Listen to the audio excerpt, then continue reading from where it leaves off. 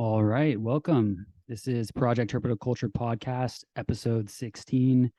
I'm your host, Roy Arthur Blodgett, joined as always by Mr. Philip Leitz. And before we introduce our guests, we'll go over our usual housekeeping. First, to acknowledge our host network, the Animals at Home Network, with the GOAT, Dylan Perrin, The one and and only. the one and only, exactly. Hmm. And also like to acknowledge our sponsor, Custom Reptile Habitats. As always, we have our affiliate link posted. If you make a purchase through that link on Custom Reptile Habitats, we'll get a little kickback at no extra cost to you, and that'll help us keep things going and improving over here.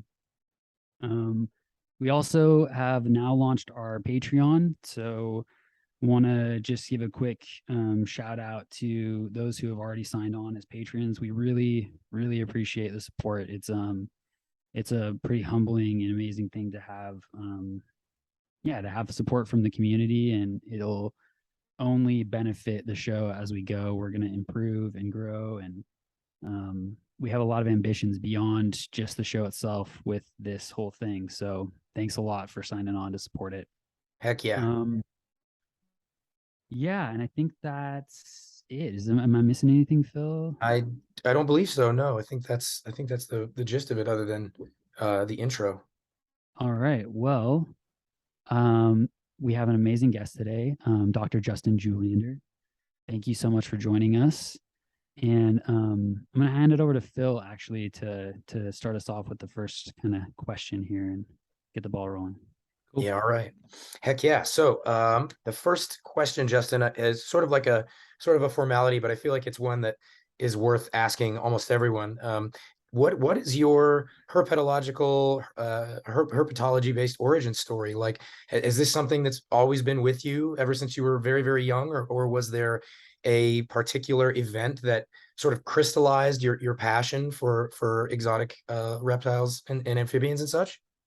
Yeah, I guess I have a terrible memory, so I've had this story in my head of how it happened, and hopefully that's the truth of it. But maybe it's stories my parents told me. But second grade, getting into dinosaur books, and then at the back of it, all the dinosaur books is the living dinosaurs, the reptiles, and so I think that was part of at least my introduction. And then my dad would take me on backpacking trips all the time, and so we'd go out in the deserts of southern Utah and hit the Canyonlands and Zion and things like that. And anytime we'd find any kind of reptile or amphibian, I just kind of geek out and get really excited more so. I mean, I'm kind of a general naturalist, but with a heavy emphasis on the reptiles. So Yeah. that's always been something that I've been excited about are reptiles. So, Yeah. it's hard to trace back the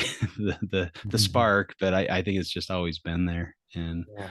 Is it, um, do you maybe this is also sort of like a arbitrary, but do you lean more towards say like lizards or snakes or something in particular? Is like do you just find yourself drawn to one or the other more for any particular reason? that's the hard thing about reptiles is there's so many cool different reptiles, and I'm pulled to all of them. Like I love tortoises, I love lizard snakes. I think I focus more on snakes in my keeping just because they're easier. They don't require as much daily care and attention. And I'll admit, when I get ackies or some kind of monitor lizard, that's probably too much effort is required for them to breed them. At least, I mean, I can keep them alive and that kind of thing, but breeding them is a challenge because I just don't have the time that it takes to truly do monitors justice.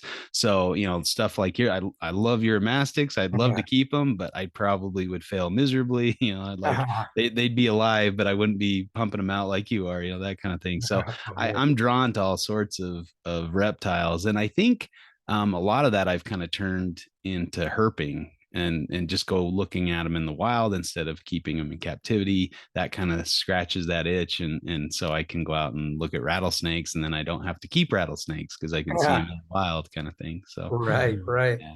And You're maybe part of my interest in Australian reptiles, it's a little expensive and hard to get over to Australia. So, I can right. remember them and keep those memories in my head by keeping them in captivity. Then I can look at my jungle carpet and remember the time I saw a jungle carpet on the road and try to keep them like in the environments that I saw them in, that kind of thing. But yeah. Yeah. That's so cool because the herping outside the US is something I haven't managed to make happen just yet. Definitely, obviously, something on I think all of our radar is trying to herp anywhere Yeah. any of us can, right? But you've had such a like it sounds like you've herped in a lot of places. I know you've herped Australia, Mhm. obviously, but other than Australia and then within the US, where else have you gone herping? Yeah, I've kind of focused that. I mean, any trip I take now involves a little bit of research on something close by that I can get out to herp.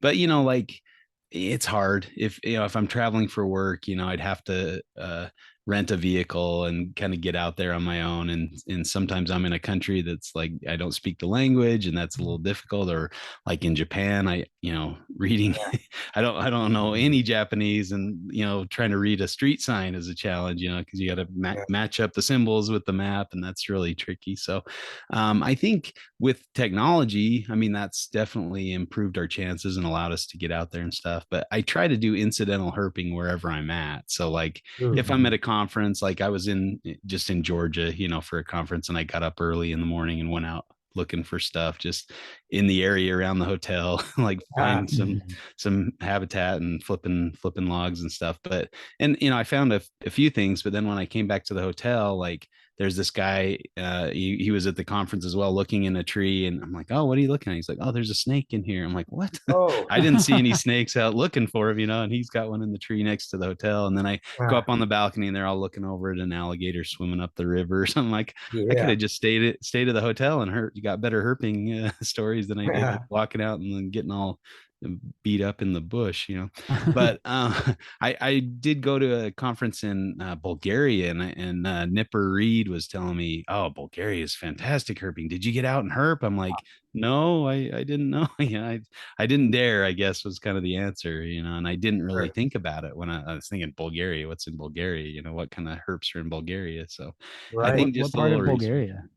It was Sofia was the Okay, yeah, the yeah, the city we were in. So, and I nice. basically but incidentally, there was like this reptile display thing. I was walking down the road, and there's a sign for like reptile display. So I'm like, oh, we're going to this. And I dragged Yeah. my coworkers, and we went to this little Cool. reptile display. They just had a bunch of snakes in cages, like in a hotel lobby or something. It was kind of Wow. kind of funny. You pay a Whoa. couple bucks and go look at some snakes, but It yeah. it I reminds actually me. lived. Oh, sorry, Roy. Oh, Go ahead. I was just gonna say, I actually lived in Bulgaria for three Oh, months. cool. Yeah. And yeah, I was actually pretty impressed by the herps while I was there. I don't Hmm. remember everything of what I saw, but Yeah. I think I found like a big Caspian whip snake, I think it Oh, was at one cool. point. Yeah. Whoa. Um, and I was pretty amazed actually. It's an amazing country. Yeah. And Whoa. again, like there's so many cool reptiles that like wherever you go, Yeah. except for maybe Antarctica or something, you're gonna Yeah. find some cool stuff, have the potential to find some cool stuff. So, like I just went on a trip with my buddy from high school. We went down to Mexico, and he speaks, Ooh. fluent Spanish. Wow. And Yes. we were just down like the trip was focused on snorkeling and the ocean and stuff like that. And Whoa. but then I'm like, hey, as it's getting dark, hey, let's go just drive around on this road. I found some INAT observations on this road. So and actually just driving into town, we were driving to go talk to the boat. We were doing a boat trip out to an island, to go dive with sea lions or swim with sea lions.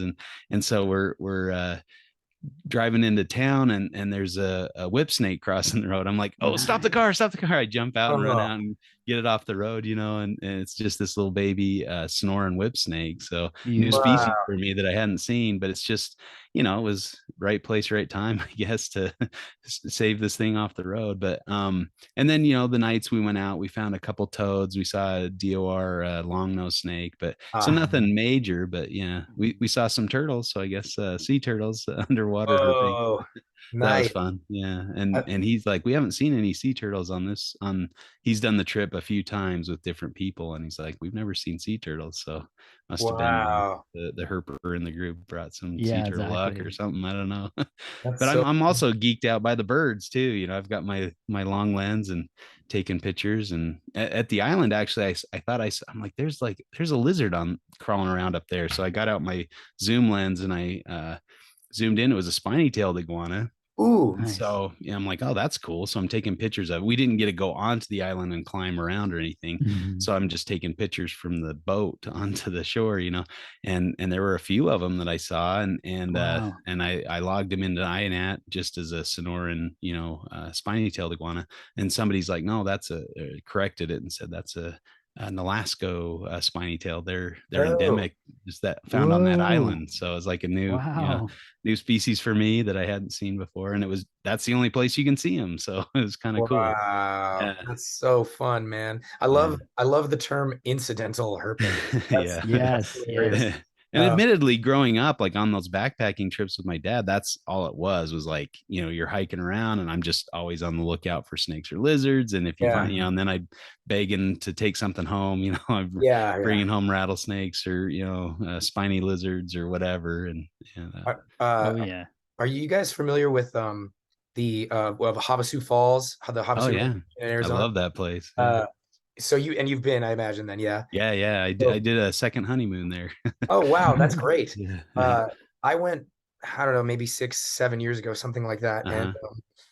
what I noticed is that did you notice the massive population of those little whiptails of the Oh, yeah. whiptail lizards just everywhere, Everywhere. Yeah. everywhere, man. Some of them were Mhm. just and kind of like the little ground squirrels that were everywhere there too. They were chunky, like really Yeah. filled out, like Uh-huh. clearly taking advantage of some of the People being tourism. around. Yeah. Yeah, yeah.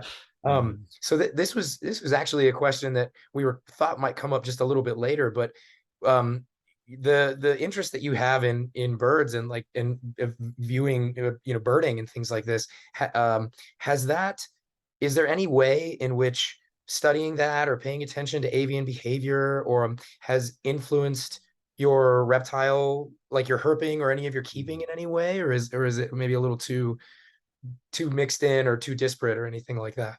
I think that's a great question. Let me think about that for a minute. But Yeah, that's I, all yours. I think Yeah. maybe herping has helped my birding maybe a little bit because Uh-huh.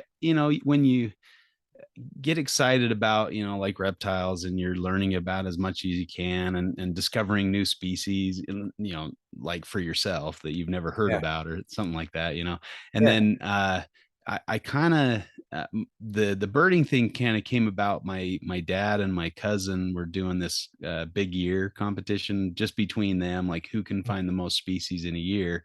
And yeah, so my dad's like, hey, do you want to do this? I'm like, sure, that sounds fun, because I didn't really have a good grasp on the birds that are even just around me, like what I could possibly see. And so started to get into this and like, man, there are so many resources for birders that Mhm. herpers do yeah, not have those resources. And I get it, birds can fly away and they're very difficult to catch, whereas reptiles, people can over collect in an area and kind of ruin it, so yeah, herpers are a little more tight-lipped about their spots or where you can Mhm. find stuff, whereas the birders like, oh yeah, everybody come here, there's a species that usually doesn't occur, everybody come look at it, and yeah. I there was like a rare bird alert just up the road from the university. And so I had a conference call, so I just took my call while I'm walking around looking for this bird.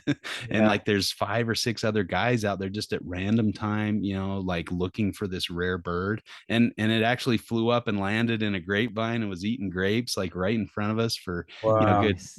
maybe 2 minutes, and then it flew away. And like nobody else Wow. saw it that day. And some of the birders that came to look for it, weren't there at that time, and so they missed it, that kind of thing. So it's Yeah. just kind of that. And I get a little competitive, so I like to be able to, I want to find as many species as I can. So I won the contest that year, not to brag, but No big and deal. and I logged like 245 species in that first year, and just lot of birds to find, and a lot of different species, just like the reptiles. I've always kind of kept a kind of a mental checklist of the things that I've seen. And in my Reptiles of Australia guidebook, like I marked down where I saw it, and the time, and that kind of thing. And so I like to kind of keep a record of that, or at least try to get a picture of the bird. A lot of birders will bird on just the sound, or like, and I want to be able to see it. I don't want to just hear it Yeah. call and go, oh, that's this, I'm going to log it in, that kind of thing. So That's cool. I don't know, a It, little bit of competitive nature, a little bit excitement just for new yeah. things and finding stuff. Yeah. So Myself and a few of the guys that I fairly regularly go herp the excuse me, the Southwest with. yeah. We have a thing where it's like, all right, who's gonna get the first chuckwalla this year? Or who's gonna find the first collared lizard? And Yeah. it's always like whoever finds it gets their beer and dinner bought for them later that night or whatever. Uh, It's really fun. It's I didn't get to, actually, a few of my friends just recently went to Arizona and I didn't get to go because uh, just a lot going on here late in Mhm. the season at the shop, and yeah. a lot going on just kind of in general here for me anyway. And so I've been seeing everyone else's herping trips and herping photos and just seething with jealousy and rage because I don't get to go yet this season.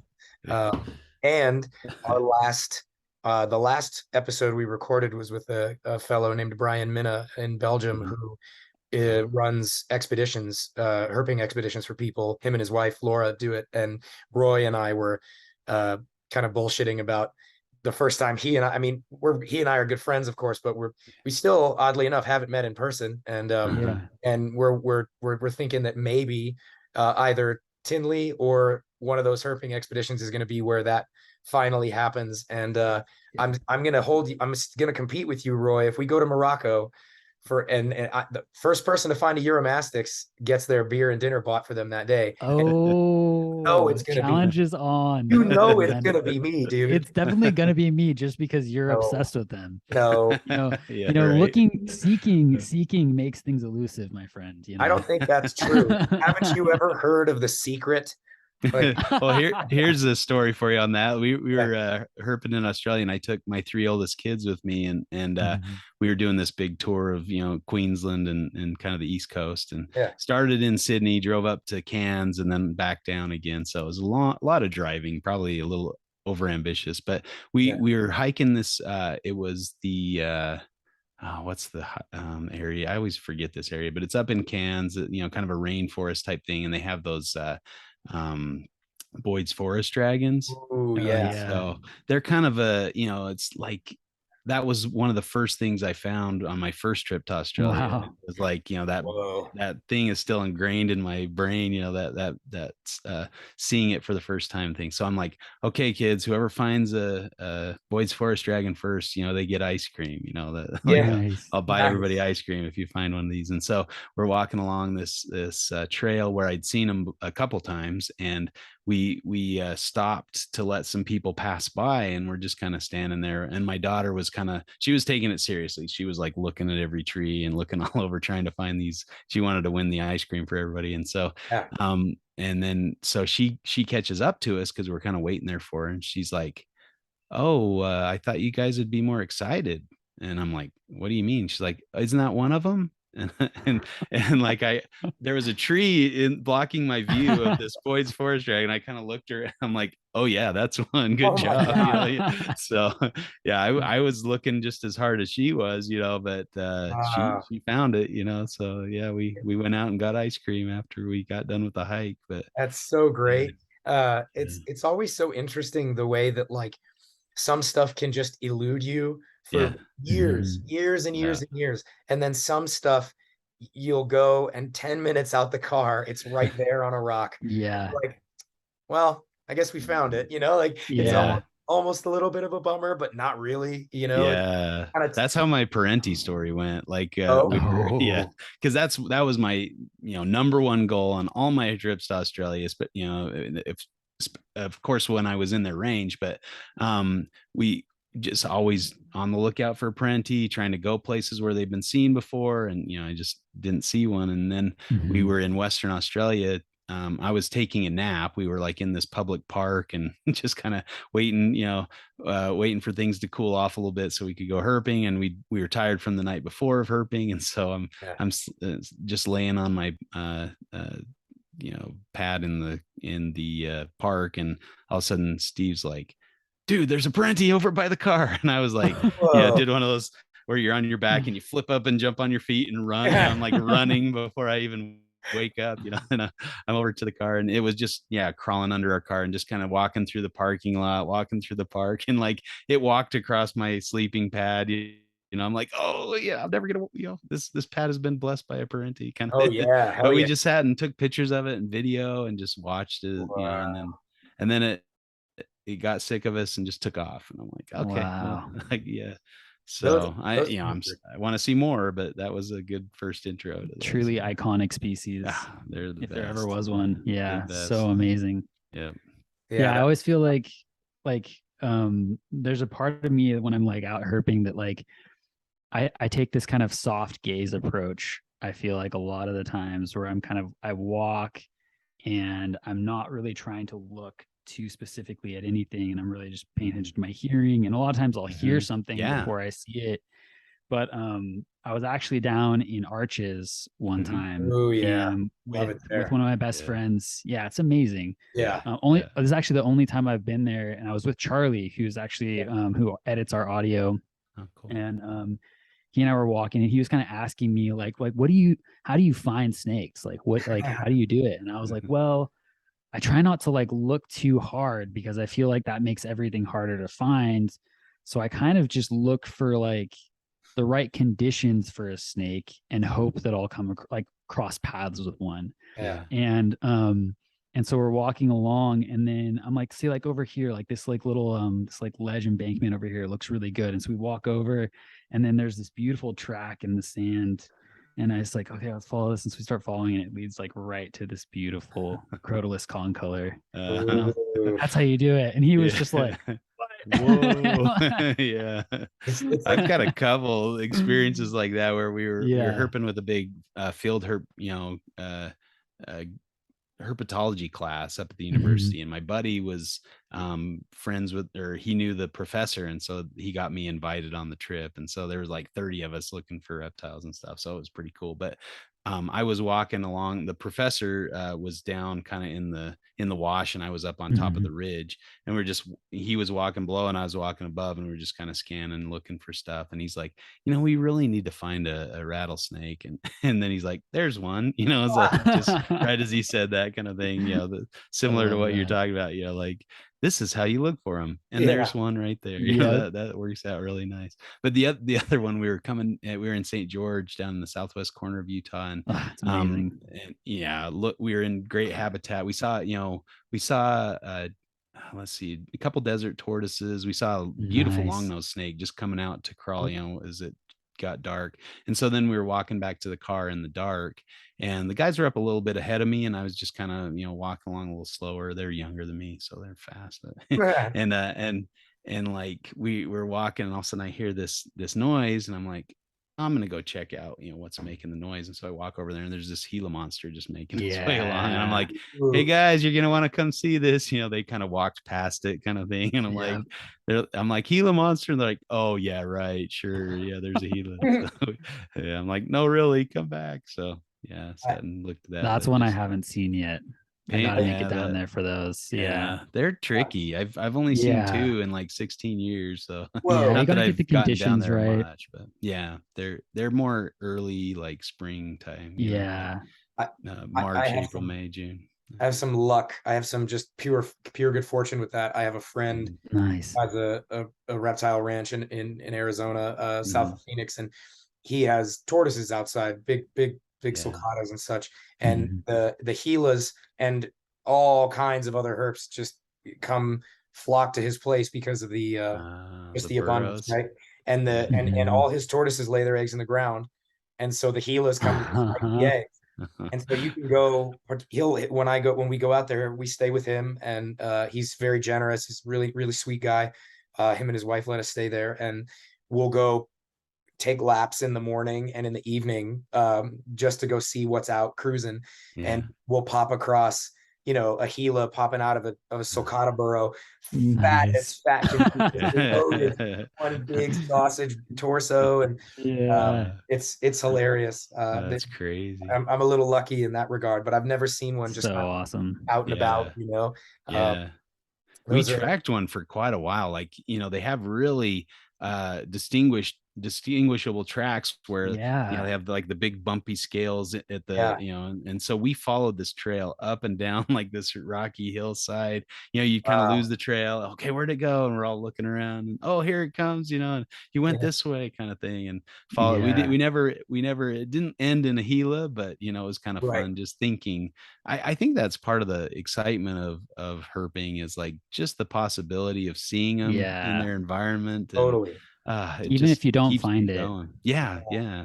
It- It's like I don't know, it just keeps pushing, and it's like an adrenaline rush kind of thing. It's really Yeah. cool. yeah, Yeah. absolutely. There, I like, sometimes it's weird because I might be out hiking looking for something, and sort of in a lead up to finding something. Well, not always.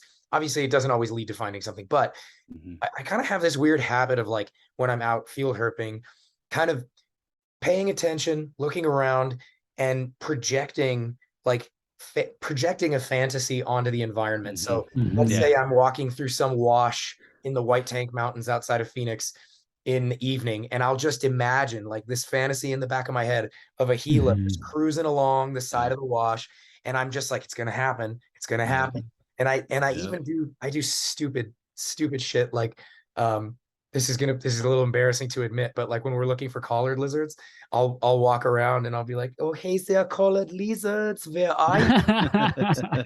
Just nonsense. But Yeah. in my head, I'm like, this works. This is gonna Yeah. work. Yeah. Gonna Yeah. get them to pop out. They're gonna be like, friendly German, or Vienna accent. They're gonna pop out for that. It's so silly. But then you can have the opposite experience too, where you can, like, approach, say, like, looking for a chuckwalla maybe, right? Mhm. And you can Mhm. see from a distance, you see a rock pile, and you're like, that crevice is perfect. It's like Mhm. perfect width, perfect angle. There's got to be a chuck there. Like, there's flowers growing in the bushes, like right next to the crevice. I bet $1 million there's a chuck in that crevice. And then, like, 90% of the time you go over there, it's empty. There's no chuck in the crevice. But sometimes it's Mhm. there, Yeah. and you're like, see, I was on I to something. called it. Yeah. Yeah, Yep. Yeah, it's but you got to very. admit the other times you were wrong, right? Oh yeah, Yeah, Yeah. exactly. it's an Yeah. embarrassing ratio for sure. Yeah. But I was thinking, I read this paper where they were talking about, they did a trial between slowly walking along looking for stuff, and then just cruising a trail like as fast as you Mhm. can, and then counter rates, how often you're yeah, going to encounter a snake. And they found that, when you're just cooking along the trail and not Mhm. really going slow, they found more snakes. And they thought maybe it's because, you're surprising the snake. Yeah, exactly. They don't Yeah. see you from uh, far away, so they don't have a chance to get away. So I thought about that, like, do you cruise? But there's Mhm. been a lot of times too, like on this last trip to Arizona, where I was just kind of cruising ahead of the guys, and thinking, going with that idea or whatever, and then all yeah, of a sudden they're like, hey, a rattlesnake back here. I passed Mhm. by or something. It was kind of funny. But it was we were looking for price eye, the twin spot Yeah. rattlesnakes, Yeah. up in the hills. And like, we were, so my Chuck, my co-host on the Reptile Mhm. Fight Club, he was kind of behind my friend Dustin Gron, and Dustin, like, Chuck comes up. Dustin was kind of waiting for him because he was a little bit behind. He's like, "What? Oh, I hear that. What's that rattle? Like, what's that sound?" He's He's like, I don't know. I don't hear that. And then he's like, oh, wait, I do hear it. It's right. And it was right like between his legs, like Oh, on the ground. Like, I think it was under under a rock, kind of in a crack or something. He's like, oh, it's right there, right? Next to me. oh So, man. Chuck got credited with the find, even All though, right. Dustin was standing right over it. He probably Yeah. could have done it too. Well So yeah, done, Chuck. yeah, exactly. Like That's so listening, awesome. paying attention to what you hear is yeah, especially if there's rattlesnakes around. Like Oh man. that's the best way to find them, One of the first times I ever went herping on the eastern plains of Colorado, I was very young. I was like 16 or 17 or something, working at a local reptile shop. And one of my coworkers, he's a great guy, and he was a young guy then. So I'm not the story I'm about to tell is not in any way meant to like kind of throw shade on him or anything, because I'm sure we've all made this mistake and didn't even know it. But we went out looking around, and we had just gotten out of the car maybe 5 minutes before, and we were walking through a patch of grass to get to the dirt frontage road, and we were mostly looking for Western hognose because that's what we wanted to see. And he was telling me before we got there, he's like, you got to pay attention because the prairie rattlers sometimes they don't let you know that they're there. Sometimes they just don't even rattle. They just freeze and don't move, and you just never know that they're there. Yeah. And we go walking, and I'm walking right behind the guy because I'm paranoid. I'm like, if anybody stirs anything up, I don't want to be the one who did it. Yeah. I watched him step right over the top of a coiled prairie rattlesnake, and the thing didn't move. It didn't glitch, and I just stopped. And when he got like 3-4 feet away, I was like, hey buddy. And he's like, what? And I was like, you see what you just literally stepped right over the top of? And he turns around, looks down, and just goes, oh, like it was. Oh yeah. That's their specialty, right? They blend in. Like, yeah. I had two very close calls with Western Diamondbacks doing the same thing. And Western Diamondbacks are pretty high strung. You'd think they would rattle you as you got close, but yeah, they were silent. And I came with, like I was ready to set my foot down, like, oh, Diamondback, like right here, blended in perfectly. Yeah. You don't want to step on that landmine.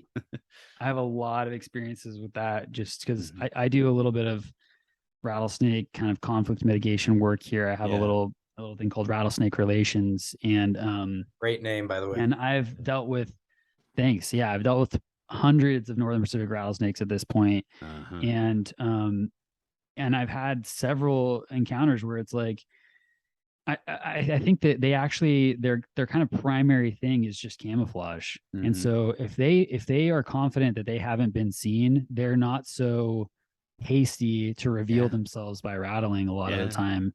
And I love telling this one story, which was there's this pair of rattlesnakes, I think they were both females, that lived in the stone steps on a very popular trail. Like the trail crew had come through, and they had built this these beautiful big stone steps, and they had unintentionally made a perfect hibernaculum on this south facing slope in one of these sets of stairs. And dozens of people would use this trail every day, at least, sometimes hundreds on the weekends. People come up from San Francisco to do this famous hike. And these snakes lived there for over a decade. And I could go any day of the week and find them within either literally in the steps or just adjacent, within 5 feet. And as far as I know, no one ever noticed that they were there. Yeah, that's cool because they didn't rattle. Yeah, in high school, we were doing this big group date thing, and so we were walking up this well-traveled trail where a ton of people go, and rattlesnakes are commonly found on this trail. And so, and I was kind of up the front of the group, and then all of a sudden I hear back a snake, so I go running back, and there's a rattlesnake, and just right in the trail. I probably walked right over it, like you're saying, one of those. And I'm like, my date was wearing like a sweatshirt tied around her waist. I'm like, can I borrow that? I tied it off into it because I'm like, oh, I got to rescue the snake off this trail or it's going to get killed. But I took that home and kept it for a number of years, and it would never rattle. And like it just didn't. And I think there's kind of been that negative selection with people where if they're killing the ones that rattle, the ones that don't rattle survive and have babies that don't Exactly. rattle. And so you're going to have and I believe Terry Phillips was telling me there's a population out there where they have a genetic mutation and their tails are kind of curly, Oh, Whoa. and interesting. so they don't have the ability to rattle. And so we're actually Interesting. selecting for these defect, Mute. Yeah. mutant animals. Wow. And Yeah. so they don't rattle. And I'm pretty sure we found one of those in West Texas. There was this, Huh. again, like I was looking for snakes, walking this cut, and I went right past it, and then I heard something kind of as I was walking up the road a little bit. I heard something, so I went back, and there was this big female, diamondback crawling out of this hole or something, that I totally Whoa. missed the first pass. So yeah, paying attention to your hearing is a really good way to find stuff, because Oh they yeah. freeze, and our eyes aren't as great as detecting them as I would like them to be, and so Mhm. Yeah. hearing them crawl. But yeah, well, I kind of brought her out a little bit, and she never rattled. And I looked at her tail, and it was kind of like this weird curve Interesting. Huh. right before the rattle. And so I'm like, I wonder if that's what it is, like, Yeah. Wow. Yeah. and What a maybe that's trip. why she's still going. But That is so cool. Wow. It's Yeah. it's it's really one of the things that I find so fulfilling about field herping is like the way that you really like tune in, and everything opens up. Your sense of smell, your eyesight, your hearing, all of that just opens up. And Mhm. the number of times something's been found as a result of like you're walking along and you hear a noise that doesn't fit with your footsteps, yeah, or here's sounds like a rustle or something like that. And I don't mean to keep going on with these weird little herp stories, but I mean this is the good the stuff. So best thing to talk about. Yeah. this is the best thing to talk about. But I was herping with friends looking for Crotophytus vestigium, the Baja collared lizard, down on the border of Mexico and Southern California.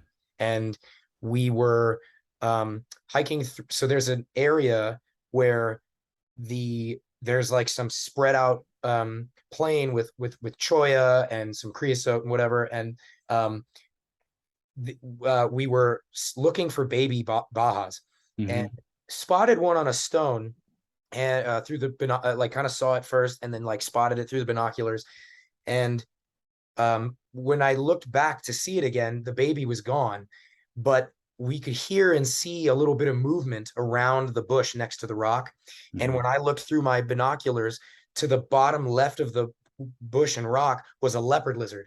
And we never seen the leopard lizards there, just hadn't seen them yet. Mhm. And it was like, talk about an absolute joy to stumble upon. Now, obviously, that leopard lizard was hunting that Baja, right? Yeah, Yeah. Of yeah. But course. it was like, oh man, it was like we didn't see anything else. Like it was obviously chasing him. We don't know if it got the Baja. We don't know what Yeah. happened. We didn't catch the leopard lizard. Mhm. They just scattered or Yeah. something. But We we wow. saved a lizard's life that way, because we were hiking up. We just, Mhm. that story about following the Gila tracks. We were headed back Mhm. to the car, and we kind of round the corner, and there's this leopard lizard perched up on a cholla, like he's Oh hanging out man. on top of it, and he's like in the act of like diving down to chase I can't remember, it was a whiptail or Yeah.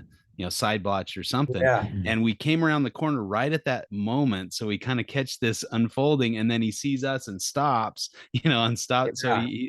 so the leather lizard took off. But yeah, he was headed to go eat that lizard, and we might actually scared the lizard towards him, so he was like Mhm.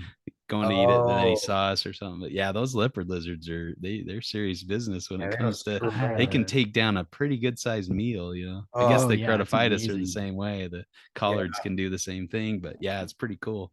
I They're, had a really wild predator prey encounter like that. It wasn't with reptiles, but I was hiking by myself. I was in this area called the Lost Coast, the King Range in northwestern California, and I'm on this old logging road, and I was passing a lot of bear sign, a lot of black bear oof. sign, and I was just thinking to myself like this internal dialogue of like, I'm out here alone, and like, what if Yeah. I come around a corner and I accidentally get between a black bear and her cubs? Like, what would I do? Like, I'm like, well, I can't out climb a black bear, and like, I'm not gonna outrun a black bear, so I guess I would just have to stand my ground. And I kind of like complete this internal dialogue, and then this sound just starts crashing toward me through the Oh. underbrush up ahead, and I like God. kind of just stop, and I'm standing in the middle of this trail, and like the grass and like the shrubs ahead of me are kind of Yeah. tumbling and shaking in this moving in a straight line directly at me, and out leaps from the brush on the side of the trail a little gray fox, Whoa. and running Yeah. at full clip straight Yeah. toward me, and Ooh. it's running, and then it stops. Its eyes come up and our eyes meet, and it sees me, and it kind of goes, oh, and wheels and turns around and starts running in the opposite direction. And as soon as it does that, a bobcat leaps out Oh. from the side of the brush and nails it just No Whoa. way. right in the middle of the trail. And then the two of them just tumble off the trail into on the other side of it in front of That's me. And I was just like, crazy. Holy shit. Yeah. what just That's happened? incredible. It That's was, amazing. That's it was unreal. amazing. And I got a little bit closer to like, because I could still see part of the fox, like Mhm. just some of its like tail or a leg Yeah. in the trail. And I got a little bit closer, and this bobcat hissed. Oh And yeah. I kind of was like, okay. And I just stepped back, and I was like, you got it. You got your meal, Yeah. and I'm gonna leave Good you Lord. alone. But it That's was crazy. it was exhilarating. I was like, I'm about Yeah. to get charged by a bear. Bear. I Oh know. my We God. did the same thing in Africa. We were in Ghana, and going on this like tour with a local guide, and we were seeing all these elephant tracks and elephant Oh, dung and wow. stuff, and we're like, oh, we might get to see a forest elephant. They're out here, and there's Yeah. obvious signs that they're close. And all of a sudden we hear this huge crashing through the undergrowth, and the guide's like, get down, and we're kind of by this on this trail road thing, and we're seeing the trees move and all this stuff. We're like, we're gonna see an elephant, and all of a sudden these two monkeys come like crashing out, like playing, like chasing and tackling each other and stuff. And I'm like, oh, I guess we're not gonna see an elephant. It was two really loud, destructive monkeys. It was pretty crazy, but Those damn primates, man, always yeah, getting in the right. way. And we were in Western Australia, Herp and my wife and and I see something on the road. I'm like, that looks weird. What is going on? So I get out of the road, and I'm like, holy cow! It was a mulga trying to Wow. peel a DOR death adder off the road that had been like Whoa. kind of stuck to the road. It was Whoa. trying to peel it up to eat it, and so like I'm like, Wow. oh wow, look at that, and so I'm taking pictures and video, and I'm all excited that I get to see this cool, weird natural history event. Mhm. And the mulga kind of sees me and freaks out, and so it spits it out and takes off. And so I'm like, Mhm. oh, now I feeling bad that I got, Yeah. I Yeah. disturbed his meal. So I peel off the death adder off the road on my hook, and I walk it over to the mulga and put it in front of it, and it kind of smells it, and then it started eating it again. And so I just gave it to Yeah. it, and then I just sat there and watched it eat it. I actually put a photo of that in the new carpet book, shameless plug, but Wow. Nice. so there, we included Yeah. a chapter on field herping, and so that that story's in there. So Yeah. Amazing It stuff. was called crazy. the complete carpet python, right? Yeah, the Yes. the more complete carpet The python, more complete carpet second python. edition. It's out now. Out now. Out now. Find it anywhere you buy your books. Yeah, get it. Yeah. It's wild, man. It's so cool to that. Do you know that you guys know the photographer William Wells? Yeah. Yeah, Mhm. that guy is Yeah. he and I have He some other finds common some good ground. stuff. Yeah, he does, because he and I both are Brazilian Jiu-Jitsu practitioners, but Oh wow. that gentleman is he's a ballsy dude. He'll go running way out into the desert because he just runs, and he'll Yeah. go Mhm. camping in wild places, and he has seen and photographed some absolutely incredible encounters and interactions Yeah. between animals and stuff. And it's like, I'm a little bit, I can't lie, I'm pretty jealous of guys who put in the kind of time and the kind of legwork to Yeah. see and make stuff like that happen, because it's so Mhm. special when you get those moments where you get to peel a Yeah. dead DOR snake off the road and feed it to a wild mulga. Like, what? Mhm. That's I sick. know. It's Yeah, so that's fun. Jeff Lem's the same way. He's got all Oh these yeah, crazy Oh stories, yeah. dude. like sees things, and you're like, but then he puts in the time. Oh He's yeah. out there all the time. So He might yeah, be one of the best herp photographers out there. yeah, he There's does a lots good of job. great ones, but good Lord, he's got some incredible imagery that he's been able to Mhm, snap mhm. over the years. That's another guy we gotta reach out to him and see if he Yeah. Yeah, we can come on the do. show. It'd be Yeah. good. I love listening to his stories. He's got Yeah, some he's got great amazing stuff. Yeah, stories. he's a cool Yeah, guy. Yep. legendary guy. Yep. So at the risk of changing topics, because this is always so fun and Yeah. I'm sure we could go on for hours just exchanging fun herp stories. But so you are one half of the Reptile Fight Club podcast. And Yeah. Mhm. I'm a big fan. I've listened to almost every single episode. It's really, Same really here. entertaining. Oh, thanks, Yep. guys. Really great show. Can you tell us a little bit about how that show came to be? And so like how you guys came up with the idea? Was it you or Chuck or both? And then secondarily, how did you come to know Chuck? And how did you guys do that whole thing? Yeah. So I thought, especially during the pandemic, I enjoy listening to podcasts, and I started a podcast a while ago, and it was just me Mhm. reading a scientific paper and then kind of talking about it, and Oh, just cool. like I don't know, just my thoughts on it, or kind of what the data showed or whatever. So, Yeah. and it was called Herpetological Discussions, and so Yeah. I released a few of those, and it's just I just didn't have or didn't make the time to do it, Okay. and so it kind of fell by the wayside. And then actually two British guys did a similar podcast where they talk about Yeah. The scientific research. pilots. Yep, Yep. and they do a much better job. So I said, okay, now somebody's doing it. That was kind of an idea and then I thought, well, I want to do a podcast again, but I don't want to do the podcast that's been done a lot of times, and no offense, or like that, I love listening to all these podcasts, but I was like, I just want to do something just a little bit different. So I'm thinking, what could I do? And I'm thinking, it'd be, what do people like? They like watching UFC, or different fights and things like that. So the rare cool guy are the ones that get into those, and engage in those fights, right, Phil? But Yeah. yeah, but so I thought, how can we do this? And I didn't really want to have true fights of people just yelling at each other or something, because Sure. I've had a few of those with other herpers or whatever. I'm like, this is not fun or enjoyable to listen to. It's just a lot of profanity both ways. But Mhm. so I'm like, we could there everybody sees things differently, and people have different experiences that lead them to different conclusions. And so maybe we Yeah. talk about both sides of an issue, because it's never really completely one-sided. It's never like Yeah. a slam dunk, like this is the only way to do it. There's always a lot of ways to look at things and think about things. And so I thought, let's give that a go. And so and Chuck and I go way back. So we were members of this forum back in the day called the Morelia Python Forum. Yeah. Oh yeah, of course. And so we met through that, just making posts online and stuff. And then I was business partners with Ben Morrill, and we decided to do some of the NARBC shows. And so and then that's the great thing about the reptile community, is when you have people with similar interests, you kind of, Yeah. you usually link up online and, meet each Mhm. other online, kind of like you said that you Yeah. hadn't met in person, but Yeah. we meet these people online and kind of develop those relationships, and then we finally get to meet them in person. And sometimes they're like, Yeah. oh, that's what this guy looks like. I'd never seen a picture or anything.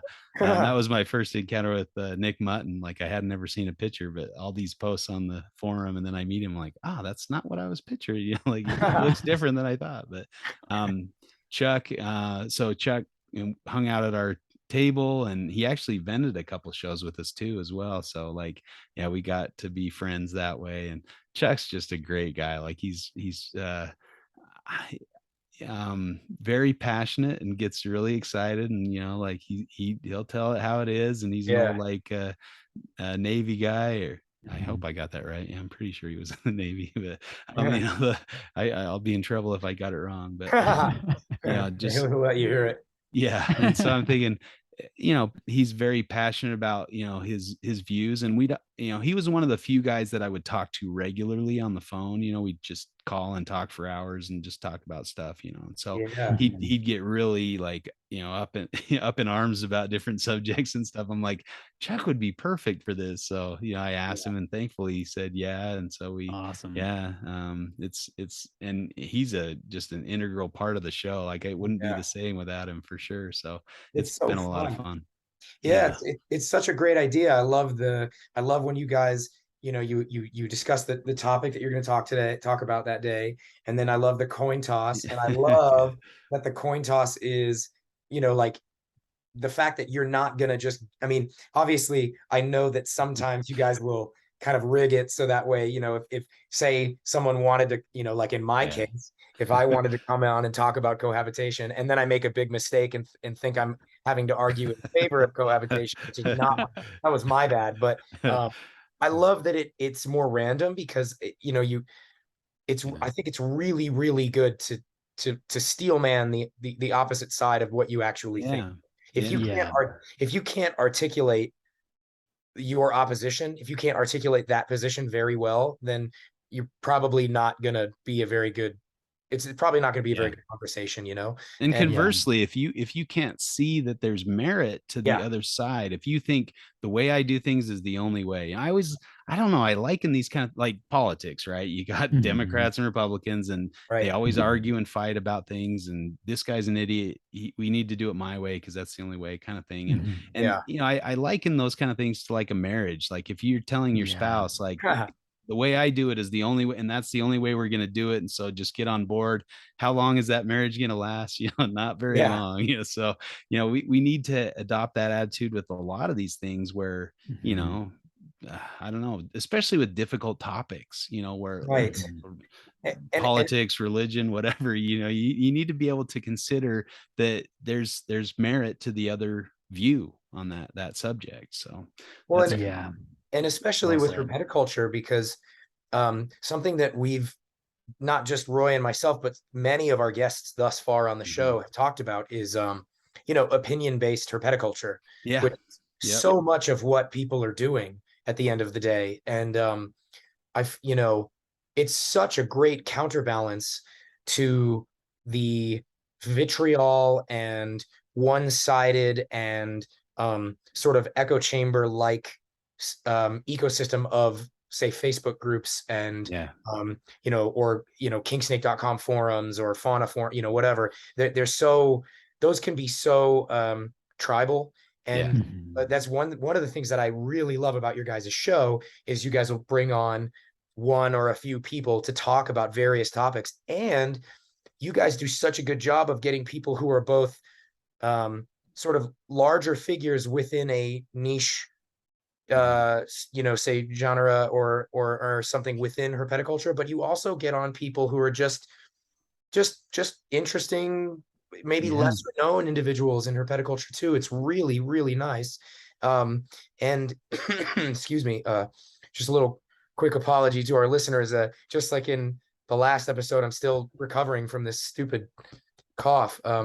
But it's such a wonderful thing.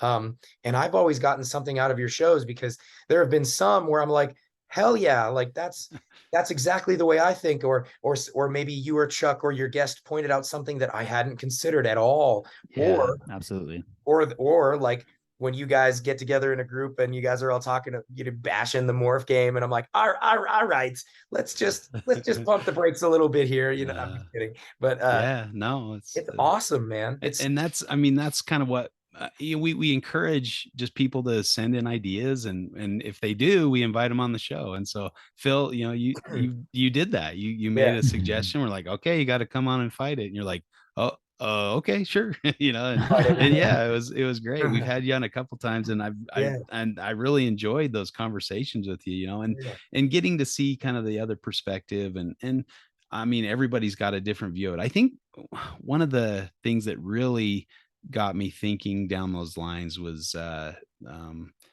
getting into green tree pythons. Right, I was gonna Hmm. just get a couple of green trees and try it out. And so I was, well, I my business partner Ben and I, we bought a pair of green trees back in the day, right? Just juveniles, or maybe it was just a single animal. And Ben kept it how all the stuff on the internet and everything told you to keep it, hot Yeah. and humid and all that kind of stuff.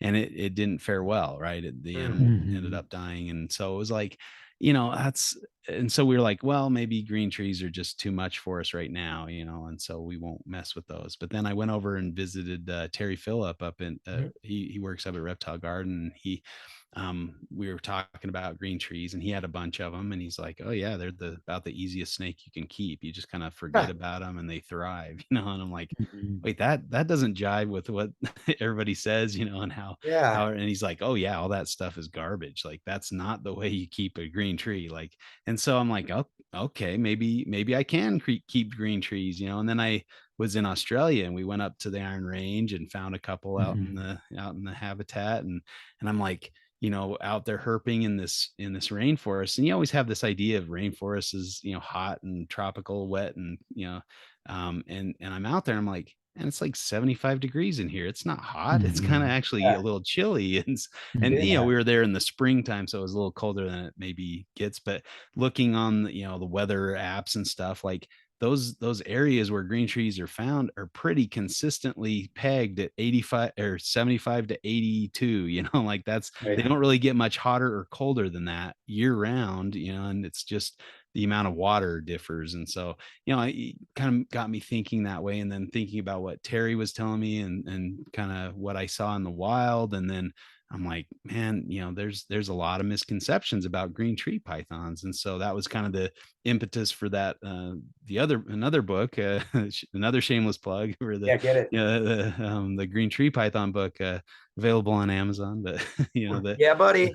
yeah, and Terry was nice enough to co-author that with me, and kind of, I mean, Nice. I credit kind of the thinking process to him anyway. So like, that was a really good exercise. And I, just to kind of think outside the box, and kind of make paradigm shifts of, how are we keeping these animals, and does it correlate with how they have survived in the wild for millions of years, that kind of thing. And a lot of times those two things don't mix. And, granted, there's probably, like keeping something in captivity and domesticating something. Yeah, they're not going to behave the same way they do in the wild, or they're not going to need necessarily everything they get in the wild. Terry always would say, you don't shovel snow into your rattlesnake enclosure because they experience snow in the wild. Like, that's not something they need to thrive. But that cool down period might be something they need, so sand, snow. But so just those ideas that, like, oh, we've got it all figured out, I've got a care sheet, I can do this all, I don't need to change anything because I've got a care sheet. And so it's alive, and it's doing fine, and it bred for me, so therefore this is the perfect way to keep it. That, and a lot of times those long-standing herpetological myths, or we kept it this way in the 70s, and so we're not going to deviate from that because it was successful then. But the animals they were dealing with were much different. They were imports that had come over on a boat after 7 months at sea, and they're not going to do well. It's almost like you have to put them on intensive care. But does that mean you need to keep every green tree python on intensive care, or that kind of thing? So I've had a few learning curves, and so I think we all go through that, where you think, oh, this is the way to do it, and then you do it that way, and you find out, this could be better, or I could change this, and then that's when real advances in herpetoculture are made, is when we question what everybody's been doing. And granted, I mean, that's a little bit risky, because you could end up the other way and have it work out worse than it would have if you would have just followed the care sheet or something. So it's a tricky thing. It's wild. It's like there's so much of sometimes, at least I relate to that a lot, because I feel like I do a lot of combating that just with Uromastyx in particular. The number of people who, and it's not their fault, this isn't meant to disparage anybody just asking a question, because anytime someone asks, I would respond to pretty much everybody who messages me on any of the social media platforms about Uromastyx. But they'll say, I feel like I'm doing everything right. I got it, the basking spot's pegged at 145, and I'm feeding them seeds and lentils and all these rich greens, and all this other stuff. And, I got two of them, it's 1.2 and all this stuff. And I have to be like, your temp's too high, get rid of the Mhm. seeds and lentils and split them solo.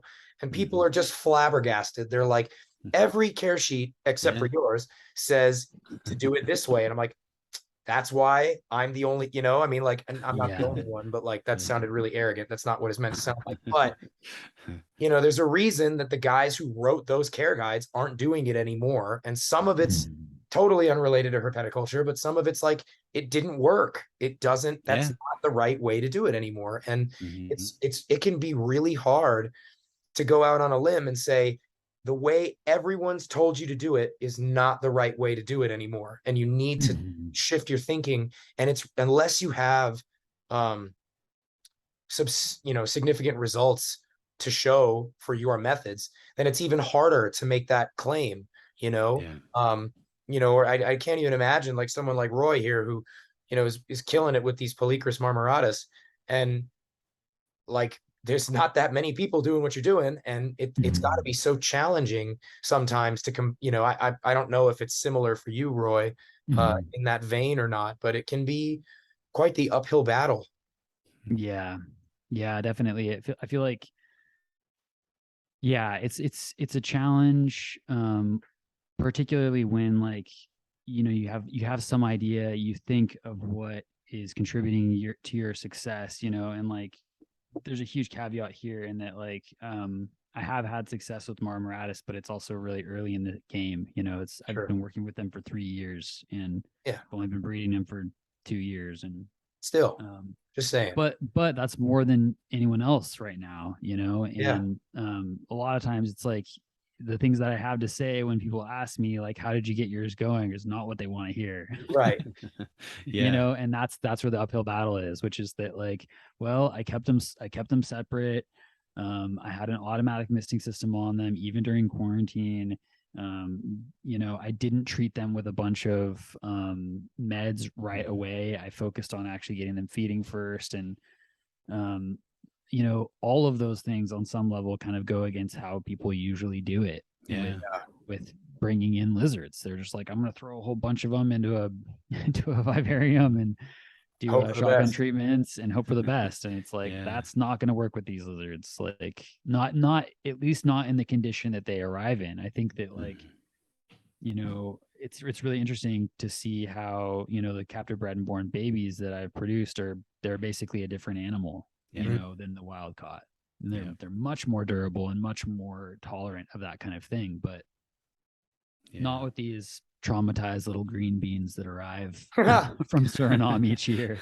It seems like, nobody should be looking for a recipe, right? We should be looking No, for some guidance. Like, I don't want to necessarily start from scratch, like, right. but I do think, keeping any species requires some basic understanding of their natural history, what they're doing in the wild. And that can be tricky because there's probably not very many papers on, Yeah. different Yeah. types and species. And it depends on what the researchers are looking for. Like some papers I read, I'm like, I didn't get anything out of that as far as, how I can improve my herpetoculture.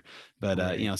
some are like hidden gems where you read them and you're like, oh man, that was kind of went along with the green tree python book as I was reading these papers, and there was a big like study that was done on them for several years, and all these papers were coming out. I believe it was Wilson was the author on those, and then Natush followed up, with Mhm. more Mhm. studies. And so I was learning all these great things about green trees in the wild, and I'm like, this does not go along with how everybody's keeping them. And so, that those kind of things you have to be willing to learn on your own and to dig in and to find, more than one thing. And I think that's like we were talking about earlier with the podcast, like with, Mhm. people get this idea of this is how it is and there is no deviation from this. And so if we have that dogmatic view with how we keep our reptiles, a lot of times that's going to lead to failure. You might be able to succeed with Right. some of the easier stuff, but and some species are easier to keep and they do better, in like, I don't know, there's things that can thrive in human disturbed areas, and Oh yeah. they probably would thrive in captivity too, or and a lot of these like looked at as just garbage species because they're everywhere and they're easy to keep, and it's like, well, no, that's kind of a good thing, why Yeah. why do you not want to Mhm. get, I keep those little morning geckos Oh, Ah, yeah. and I mean they're parthenogenic. They can just establish a population with one female kind of thing. What a cool little yeah. biology lesson in a cage, but um Mhm. just that attitude of like, this is the way to do it and there's no other way. Like anytime you see any of that, like, this is how you do it, and if everything's just regurgitating the same thing, it's hard for people to go, well, wait, maybe I shouldn't feed lentils or seeds. There's no Yeah. impetus for that unless, Mhm. Phil comes along and puts out a different care sheet that says something different. And I would Mhm. suggest that if you're reading and then all of a sudden you see something that drastically differs, maybe pay attention to that, or ask the person like, what's, why did you say that, or why don't you feed lentils, or why don't you feed seeds, those kind of things. Yeah. And Mhm. you're going to do better if you're kind of have that intellectual curiosity, and that looking for knowledge, and you're going to do better in all aspects of life. I would just say this is not Yeah, limited I to totally agree. herpetoculture, learn Totally. about everything. Yeah, a little bit of curiosity and wonder can go a long way Yeah. when it comes to learning. It's like if Mhm. you can cultivate that kind of just, yeah, just curiosity, I think is such a rich attribute to try and nurture in a Mhm. person. Well, Yeah. and it goes, I mean, it's that old adage, right? Teach somebody to fish rather than just giving them a fish. Yeah. Right. I mean, and this actually probably leads into a really great question that Roy, this was Roy's, so I don't Mhm. need to ask Go it for it. on his behalf, but the question is, do you feel that there's a lack of scientific understanding in herpetoculture? And if so, what are some ways that you feel that the hobby could better apply scientific or science or the scientific method to what we do? Oh man, that question plagues me. Like, it really, it's so difficult because I think people are adverse to real education. Like, they don't want to sit and Mhm. learn about things. They want to be entertained. So Mm, when they go to like Oh, a wow. Yeah. display or something, they want to see the animal eat something, or they want to see it do right. something. If it's just sitting or doing natural behavior. I mean, snakes 99% of the time are just sitting around. They're not Yeah. out, fighting or biting or eating something, so, and I Yeah. think, I don't know, like, I enjoyed Steve Irwin and I like his programs, but I think he's responsible for a lot of this, Mhm. what's the word? Just that great, like, Sensationalism. Sensationalism. Yeah. sensationalism. I hate Yeah. sensationalism. And I think I would say that's probably the antithesis of education, is sensationalism, Mhm. because, Mhm. you kind of, you're not learning. I mean, they try to throw in facts and things like that. And I get it, you got to get people's attention, and that's Mhm. hard to do, but I think if you're out there looking at different species and researching, or before you buy something, looking into them, if you're just watching YouTube videos about how people, or, like somebody having their leopard gecko eat a bug or something, just seeing, if they're not teaching you anything, that's just fun. That's not Mhm. really, you're not really learning too much. I mean, not that you can't learn something from watching them, do their thing, but I don't know. I think most people just want to be entertained these days, and so they want to keep an animal to be entertained rather than out Mhm. of a drive to learn more, to keep the animal happy and healthy. And hopefully it morphs into that. I hope Yeah. that there's and it's not all just one sided. Like, nobody's buying it just for strictly for entertainment. But I would probably challenge people on that. Like, are you Mhm. keeping it for you, or are you keeping it for it? Or, I mean, there's got to be a little bit of a mix there, but Mhm. there's learn about it. If you Yeah. don't want to read about, if you're not excited to read about what this animal does in the wild, or Yeah. even care to, and maybe that's just because I'm biased that way. I don't know. My dad got me got me this secondhand herpetology textbook, and I was like in 4th grade or something like that. And there was like a reading he said he brought it home to kind of like, oh, this'll slow him down a little bit. He's this isn't. And he said like Fueled the fire. yeah, exactly. Like I sat and read that book all summer long, and like at the end of the summer I had all my taxonomy mapped out for all my pets that I had, and like I was Wow. seeing how they fit into the grand scheme of things, and like knew a little bit of their natural history and stuff. And so I think, yeah, that education just can really advance things in a lot of ways. And where we just like, oh, I've got the care sheet, I've got the recipe, I can just keep it and that's all I need, and not read or learn anything else. I think we're short changing ourselves as well as the animals. And Yeah. there's just something exciting about knowing what they're doing in the wild and then seeing that in captivity. It just gives you just that added layer of keeping these animals in captivity. A lot of times I struggle with that because Yeah. philosophically it's we're I mean, we are getting something out of it, and I think they get something out of it, hopefully, if we're keeping them Yeah. the correct way. But Mhm. a lot of times I'm like, man, I've got this in too small of an enclosure, or I've got Mhm. like I feel Yeah. bad about it. Like, and I'm trying to make changes to improve that over time, but it's hard. It takes time, it takes Mhm. money, it takes effort. And so Mhm. I just gotta uh be okay with the fact that I do care about that I do Yeah. want to Mhm. improve that. And I think as long as we have that attitude, I don't want to shame people who don't really care about their natural history, but I question the motives, like, are you Yeah. just doing Right. this for sensationalism? Are you doing this because you have a genuine fascination and you care about the animal? And I know a lot of people who have kind of left herpetoculture because they feel like, I'm just contributing to kind of a cycle of death. Like most of the animals that Yeah. we sell, I try not to think of that just because of my own my own peace of mind. But like, yeah, you think about all the animals I've sold, how many are still alive and kicking Mhm. today? And a lot of animals have died in my care, and not Mhm. because of a lack of interest or care, but just when you're keeping live animals, death happens, and that's Yeah. part Yeah. of it. But I don't know, it's a complicated subject. But I would Yeah. say that I would shy away from, like, let's support the things that are more educational and less sensational. That's Yeah. kind of my take home, I guess, from that.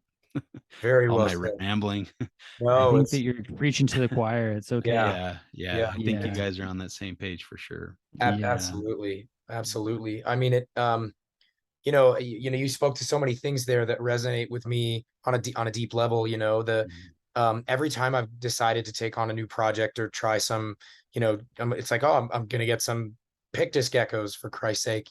Years Mhm. ago, uh, nothing was more fun than like, planning out the purchase, having 100 different tabs open, from care guides to PDFs of wild, of like field Mhm. studies to Yeah. photo galleries from people who've been doing it for 10 years. Like Yeah. that was such a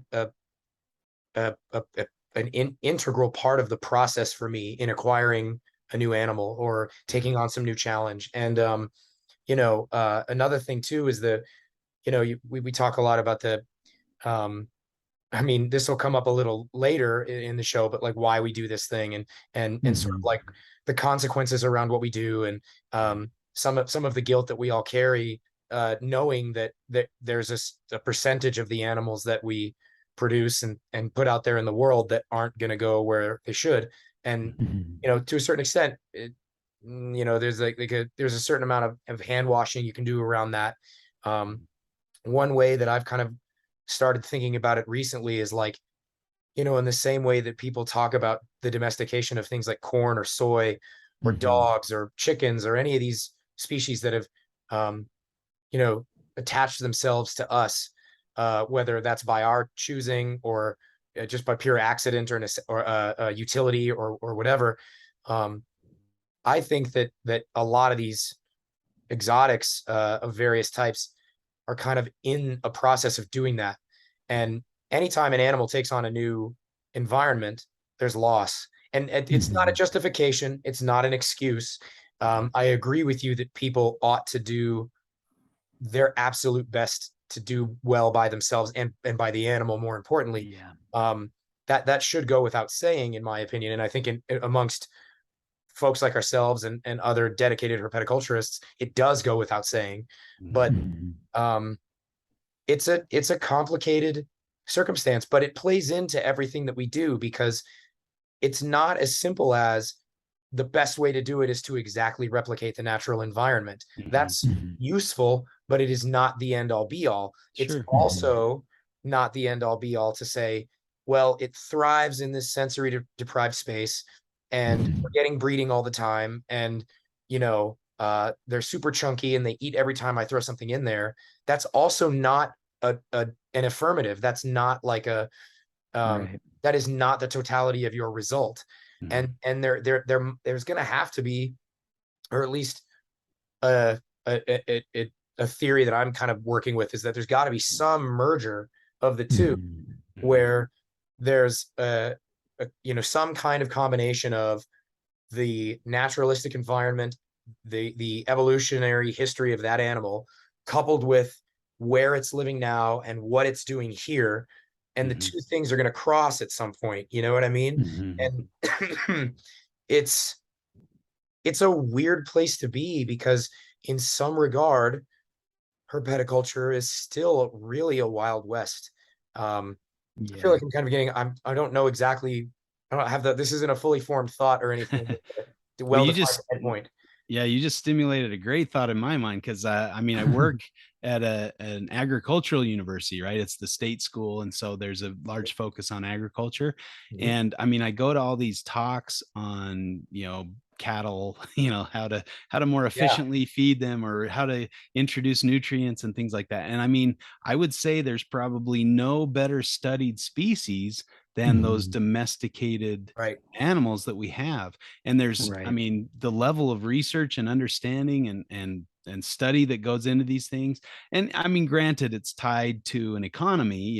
Sure. We want to be able to keep them more efficiently, spend less on them, but get more production out of them, that kind of thing. And I think herpetoculture moves that way a little bit. The ball python industry is a great example of that. Oh, yeah. And no judgment on whether that's bad or good, but if we're doing it right, we're increasing our education, we're increasing our studies, we're increasing our knowledge on the subject, because it does improve the health of the animals, and that in turn can improve our bottom line, or the money we make from the animals and things like that. And it will stimulate that economy of herpetoculture. And whether you like that aspect of it or not, it's there, and it's an important aspect. It helps us legitimize in the eyes of the government or whatever, because there are dollar signs attached to the industry as well. And all the supporting products, the meal, the powder diets that we feed our crested geckos, or things like that. I hung out with Alan Rapashi on a couple herp trips, and out visiting him and stuff. And that guy is he's amazing. The things that he's done, and he's just an amazing person. And but hearing him talk about the study and the effort that went into developing those initial diets, really impressive. And he does stuff the right way. But does that mean it's done? He made one product, and so I'm sure he's improved that, and he's learning more and trying to develop better products as he goes on. And there's that it's hard, because sometimes the best things cost the most money. And I've had a lot of discussions. I've got another friend that's a doctor, right? And we talk about healthcare and the costs associated. And he kind of gives the example of when we advance in medicine, we develop these new technologies, they could be maybe a couple percent more accurate than the old ways, but they also cost 10 times as much. Right. And where we live in a litigious society, the doctor doesn't want to give you the one that's 2% less accurate, because then they open themselves up to, lawsuits and things. And so, it's really complicated by the money aspect of it. And then the insurance companies jump in, and that's just a, complete nightmare. His Yeah. idea was like, we could control the cost of health insurance if we let people choose like a McDonald's menu. You go in and you say, Yeah. this test costs $1,000. This test costs $5. Which test do you want? You want the value menu test, that will Yeah. get you, 95% accuracy, or do you want the $1,000 test that, and you get to pay the difference or something, you get to Sure. pay a percentage of that. And so if you're choosing the $5 value test, you can afford it and you don't have to worry about it as much. But if you're paying the $1,000 one, it's, that's when we have those I don't know. I won't get into that, but Yeah. that aspect of like, as we improve, we also get into more complicated areas of, yeah, this is better, or maybe this is better in certain circumstances, but not in all. And so even people like Alan Rapace are probably seeing flaws in the old diets, or like, and Sure. wanting to improve on that and things like that. And so I think, we can never say, okay, we're done. Herpetoculture is good. We just need to follow this care sheet and everything's good. If we're still doing studies on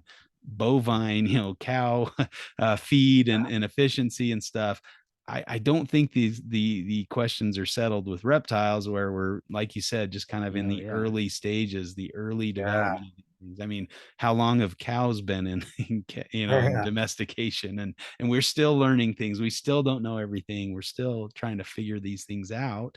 And it's, people's jobs at the university to figure out how to better, more efficiently get, your cow its nutrients, so yeah, there's always something new to discover and find out. And it's such a fun, I mean, it's such a fun process. I mean, even ourselves, even humans, we're still not, still all kinds of crap that we're finding out. It's like, it feels like every year it's like, well, you should probably take ice baths like every few days, you know what I mean? It's like you should Wim Hof it a little bit, or or fasting, or fasting. Yeah. Yeah. And they're more healthy for us. Yeah. And there is like a short-sightedness sometimes, I think, in herpetoculture in particular. And we've kind of tap danced, or touched on the topic just a little bit a couple of times through the conversation, which is like, if the animal eats and lives and then breeds the next year, and then the babies don't die right away, success. And it's like, okay, yeah, kind of. It's a kind of success. It's one step, But like, just as an example, with my Uromastics, something that's come up this year, and just this year, this is my, I don't know, what, my 11th or 12th year hatching and breeding Euros. I'm getting just a few animals, older animals, like adult animals, with some tail whorl deformations. Like the tail scales are curling in a way that I don't know what the hell's happening. I don't know why. I've been consulting with a couple of vets about what's going on. It doesn't seem to be hurting them in any way. But when you look at wild photos, I don't see any old Euros with curled tail whorls, So what is causing that? There's theories about, well, is it a humidity problem that's coming up when they're shedding, that's causing the tails to just take an abnormal shape because they're not getting the right situation? Is it related to the fact that they're jamming themselves into too tight of hides, and the tail spikes are catching against the hides and then staying that way for too long? Is it something else? Is it fat loss? Is it, I have no idea. And this is a problem that I would never have encountered had I not gotten just north of a decade in to working with the same group of animals. And you could look at it like, shit, I fucked up. Something's wrong. I got to figure. No, the right answer is, this is a fun new problem to solve. The fact that I had to go, why the hell's that happening? That's awesome. That's when that shit's going to happen. And when, when you've been doing it for an extended period of time, those salient events are fewer and further between. It's sort of like a law of diminishing returns in a way. And, that's the kind of thing that, like, I'm sure that people such as Alan with the crested geckos, or let's say, Josh and Tracy at Phantom Dragon, or Ron and Heather at Fairy Tale, who've been breeding bearded dragons for multiple decades, maybe they had some similar experiences, right? They noticed things were working great for a decade, and then at year 10, something happened. Or what, we also had at the time of this recording anyway, our next release is an episode with Philippe de Vaugelet. And I remember a few of his talks where he was talking about how like the albino leopard gecko mutation kind of reinvigorated that captive propagation of that species. And it's like they were you mentioned them encountering inbreeding depression at a certain point. It's like, okay, this is a really important moment because something here has happened. And the fact that I feel like so much of herpetoculture is not, it's short notice, it's short time horizons, and maybe this might be a good time to ask about, because Justin, you're a virologist is the correct title, correct? Yeah. Okay, so has your study and career in virology impacted, how, if at all, has it impacted or interwoven with herpetoculture and herpetology for you? Yeah, well, just as you were talking, my mind's like thinking, okay, so it could be this, it could be that, and I think in herpetoculture, a lot of times we will make hypotheses, but we forget that hypotheses are meant to be tested. You can say it's this, and then okay, we solved the problem, it's this, it's inbreeding depression, that's all it is, we don't need to worry about that anymore, we figured it out, we just need to outcross, but maybe it wasn't inbreeding depression, maybe we're making the wrong assumption, and some of those tests will show that, oh, that wasn't the process. Now that's what we were kind of talking about earlier, is we're not very good at correcting those mistakes of the past, or false hypotheses of the past, hypotheses that have been tested and that found out that was wrong. And that's how science works, right? You make a hypothesis and then you test it to see if it's true, if there's evidence to support its truthfulness. And then you don't just stop with one study, you keep looking and you gather information from other people. Now that's often complicated in herpetoculture with the money aspect, right? You don't want to give up your trade secrets, because then every time you sell an animal, you're just creating a competitor and stuff. There's a lot of people who look at it that way, and it's unfortunate, because that means you're the only one that knows how to do it. And what if you get hit by a bus? At work we always talk about the bus effect. What happens if I get hit by a bus? Is my work going to be able to go on because I've left enough information for people to continue that going on, that kind of thing. So I like the idea, where you said, hey, when somebody calls me to talk about uromastics, I'll tell them everything that I feel like they need to know, or that's important, that I found that works, and I'm hoping that the upcoming generation of herpetoculturists will take it to the next level, make it better than we made it. We should always try to be improving these things. And I think that's science in general. Once you learn something, and put it into practice or put it into action, that's kind of what science is all about, is to improve life, or discover more, or understand better. And so, I think that's one way that my mind as a scientist and as a virologist fits in with herpetoculture. That's awesome. Yeah, it's kind of sometimes maybe a burden, because you do get a little frustrated, or like, man, this is all just about money, or they just care about morphs.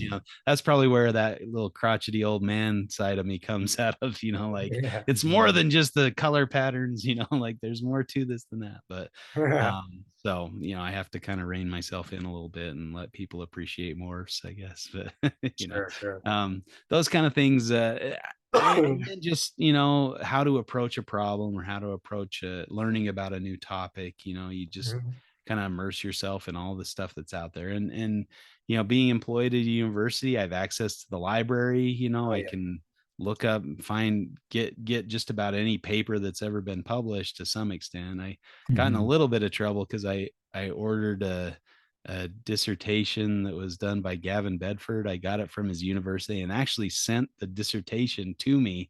And then the library found out that I did that and they got upset because I didn't go through them or something like, and so it was Come kind of on. funny. But yeah, I scanned all that in and studied that. And it was, Yeah. it was very, enlightening, but it wasn't really available, and I guess a little bit of and I'm guilty of this as well, but a little bit of frustration is that there's so much information out there.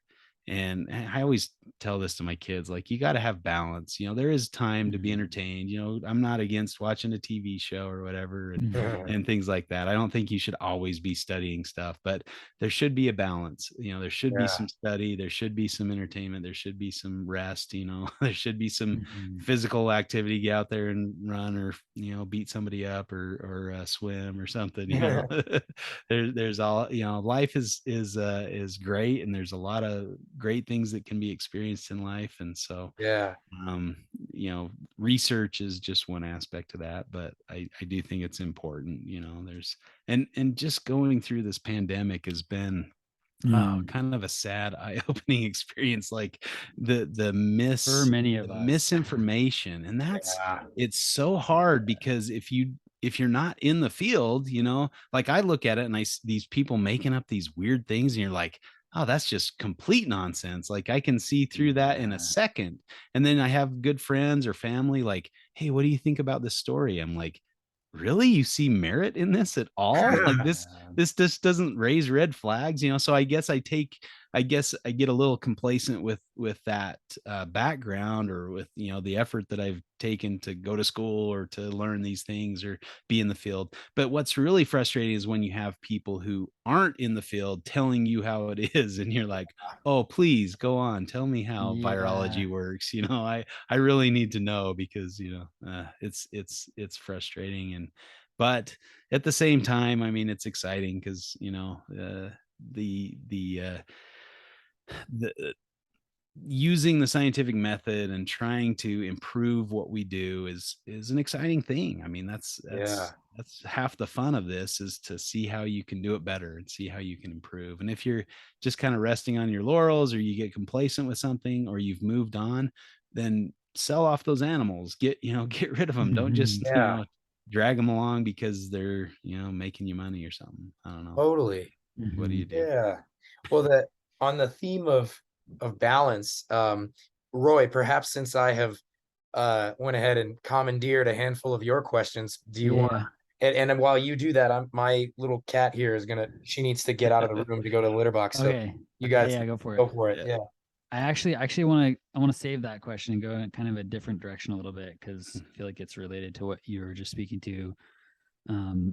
But I feel like expressed in a lot of what you just said is kind of trying to create more of what I would call like a culture of inheritance. So that we're building on those who come before, and we're actually effectively transmitting what we've learned to the next generation, so that we are actually able to do that. And I think that that's kind of a critique I've had in herpetoculture, especially recently in herpetoculture, is that whether it's through kind of the gatekeeping of information that we spoke to earlier, or it's sheer laziness or being too busy, there are fewer and fewer, I feel like, avenues for like quality information to be passed on, like Hmm. herpetoculture books and stuff like that. I feel like we're in some ways, like, there was more momentum, more people were writing them, I think,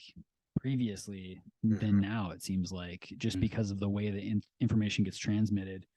And I could be totally wrong on that as well. I'm open to feedback there. But as someone who has published several books, and has obviously shown a really strong commitment to passing on what you're learning and kind of contributing to the field of knowledge that is herpetoculture, as Philippe Devochely would call it. Mhm. I'm curious, like, what do you perceive as like the responsibility of those of us who are really committed to this, to like pass on what we know, and how do you go about doing that?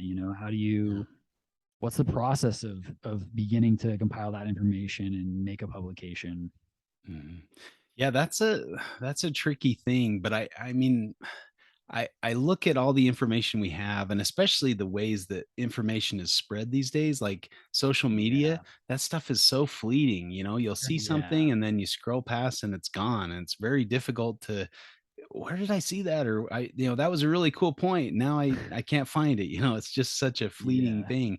And so, a lot of people will say, print media is dead, or, that books are outdated or whatever. And granted, I mean, there is an aspect of that where once you publish something, it's pretty much out of date to some extent. Some of the Mhm. information in there Mhm. is out of date the day you publish it. And Yeah. that mostly pertains to things like morphs or something that change, but Yeah. some of the stuff, and with a lot of the publications that I've been involved with, it's standing on the shoulders of giants. You're just compiling what other people have done and seen and things like that.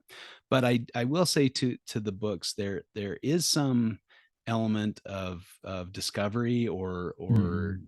new thoughts or new ideas. And so those are kind of my favorite parts of writing the books, is trying to pass on, like you said, what you've learned or what you've Mhm. discovered for the next generation to kind of take and build off of and hopefully improve on. And I mean, just so the first book that I worked on with Nick Mutton was the complete carpet python, and Ben Mhm. Morrill was also integrally involved in that. And we we wrote that in 2011. The years preceding 2000. It was published in 2011, but we wrote it a bit before that. But and then a decade later, that book is sold out and there aren't Mhm. really copies available anymore. And so we decided to do the second edition. And just the going back and reading through what we put in the first edition and all the changes that we made. I mean, it's basically a new book, and it's twice as long and twice as thick. And so it's and just the changes that we made, I feel like show that things aren't static. Things don't just Right. they, they don't just stay the same. And the fact that we could basically rewrite the book and include a lot of new information that wasn't known at the time, or that that we've reasoned out or figured out since then, and different aspect. Oh, we should have included this or that and the other. And so I think there's definitely still, and the response to this new book has been really nice. I've already Mhm. just pre-orders were over 100 pre-orders, and I kind of just got a handle on that. So most people have gotten those shipped out. That's a big effort, but not the Yeah. funnest part of it. But it was good to see the reception of that, that people are actually willing to spend, $90 on a book still. And I was a little Mhm. worried about that, because it's a heavy book and it costs a lot to ship and stuff like that. So I'm like, is anybody gonna even want to buy this? And Mhm. but Yeah. it seems like a lot of people have pre-ordered it and bought it. So it's encouraging. And I think they also when you're interested in a subject and you see that there's a book available but it's sold out and you can't find a copy, or the copies are all like $400 or something, you're Yeah. like, okay. But I think in part of the reason that we wrote that book in the first place was to leave a lasting record. We wanted to put out something that was good quality, that people could rely on for a while, that had good information, and that would be around Mhm. hopefully down the road. I always donate copies of my books to my library, so that Yeah. the university library at least has a copy of that. And I think technically you could probably borrow that book through another library and have them ship it Mhm. to you, and you could read it and stuff and send it Wow. back, like I did with Mhm. Gavin Bedford's thesis. So we I think having that physical, information down in a, in a book form, at least, you can know where to find the information. If, it might Mhm. be difficult to find down the road, but right now it's available, in the second edition and stuff like that. So, and I think the people at least who have pre-ordered it understand that, like, I want to get a copy before it's, out of print and Mhm. $300. And I didn't have Yeah. that opportunity with the first edition because I just got into carpets or something, so it's kind of a two-way street that way. But um I think as long as there's that uh information down on paper. It'll be around. It'll Right. be, we still have books from the prehistoric times almost. You got like really old works, and they've been translated, and we can argue about if the translation's correct or not, but we have that information and wisdom from previous generations that are still around and we still have access to. Mhm. So Yeah, very nice. That's good stuff. did I get off too off to, I can't even remember the question now. Did I answer No, it? that was Okay. pretty Yeah. much it. Yeah, it was just I mean, Yeah. I was yeah, just wanted to hear a little bit about like how you approach that, and yeah, it was well said. So thank you. Yeah, I think too, like, even if you're not going to publish a book, publishing papers and publishing Mhm. articles. I mean, it's hard. I offered to write articles for Reptiles magazine back in the day. Like, I'm like, hey, I just released this first edition of the carpet book. I'm happy to write an article, with care information or Mhm. natural history information for your magazine. Never got a response, never got, anywhere with that. yeah, So, it's like, I think there are those avenues, but sometimes you have to kind of Yeah. be persistent. And I only asked once or twice, and then just kind of Yeah. like, okay, they're not interested, and left it at that. But Well, their loss. yeah, yeah, well, really. but we do have, there's a lot of different kind of trade magazines that have come and gone, and so you can sometimes access those articles. Those are a little Mhm. harder, but there's also journals like some of the more I don't know if you'd call them like herpetoculture journals, but like there's that monitor lizard one. I'm Oh yeah, blanking yeah, on the yeah. name right now, but yeah, it's like a I know what you're publication. talking about. I'm Uh-huh. trying to remember the name too. I published in it. I can't believe I can't remember, Uh, but basically I just, like, I was in Australia, and is it Biowac?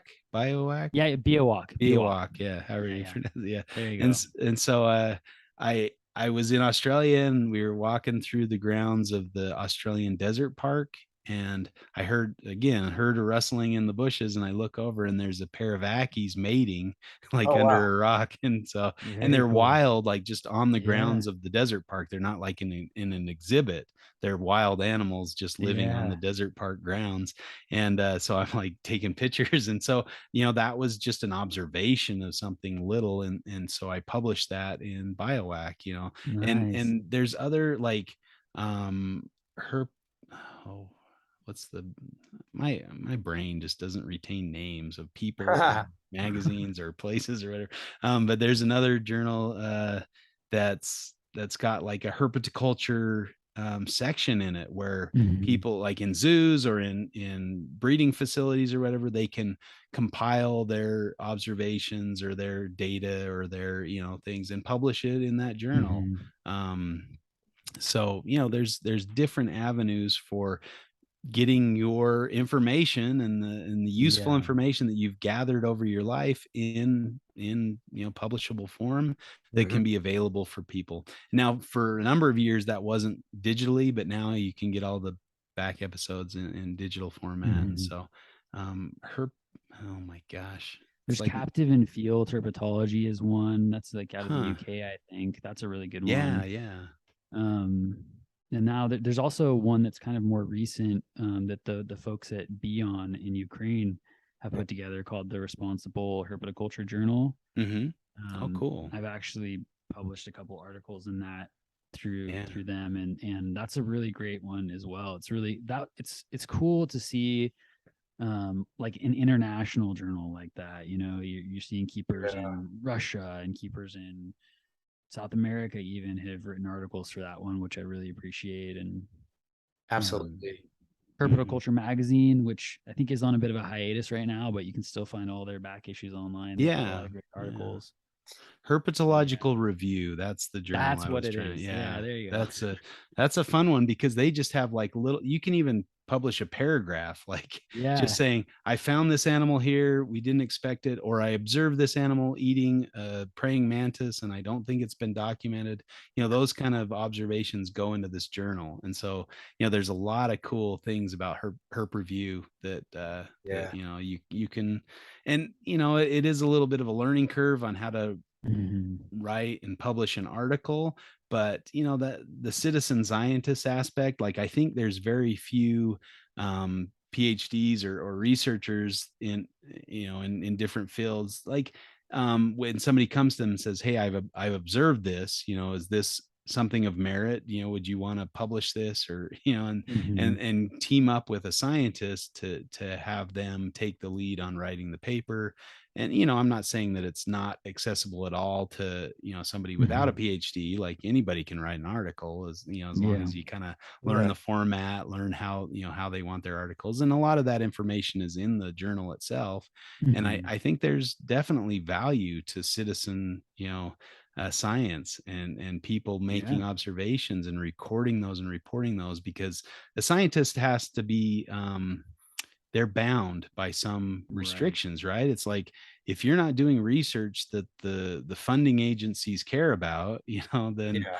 you're kind of out of luck. And that's one of the reasons I Right. didn't go into herpetology and I went into virology, because there were more jobs and there were more, the studies are only 21 days. I don't have to leave my family for months at a time to go out in the field. So I kind of took the easy way out, but I still, have that passion for learning about and observing reptiles in the wild. I just didn't make it my profession, I guess. So it's Doesn't decided to sound keep like it as a hobby, but yeah, it's still Yeah. kind of it still takes up a large portion of my brain power to think about.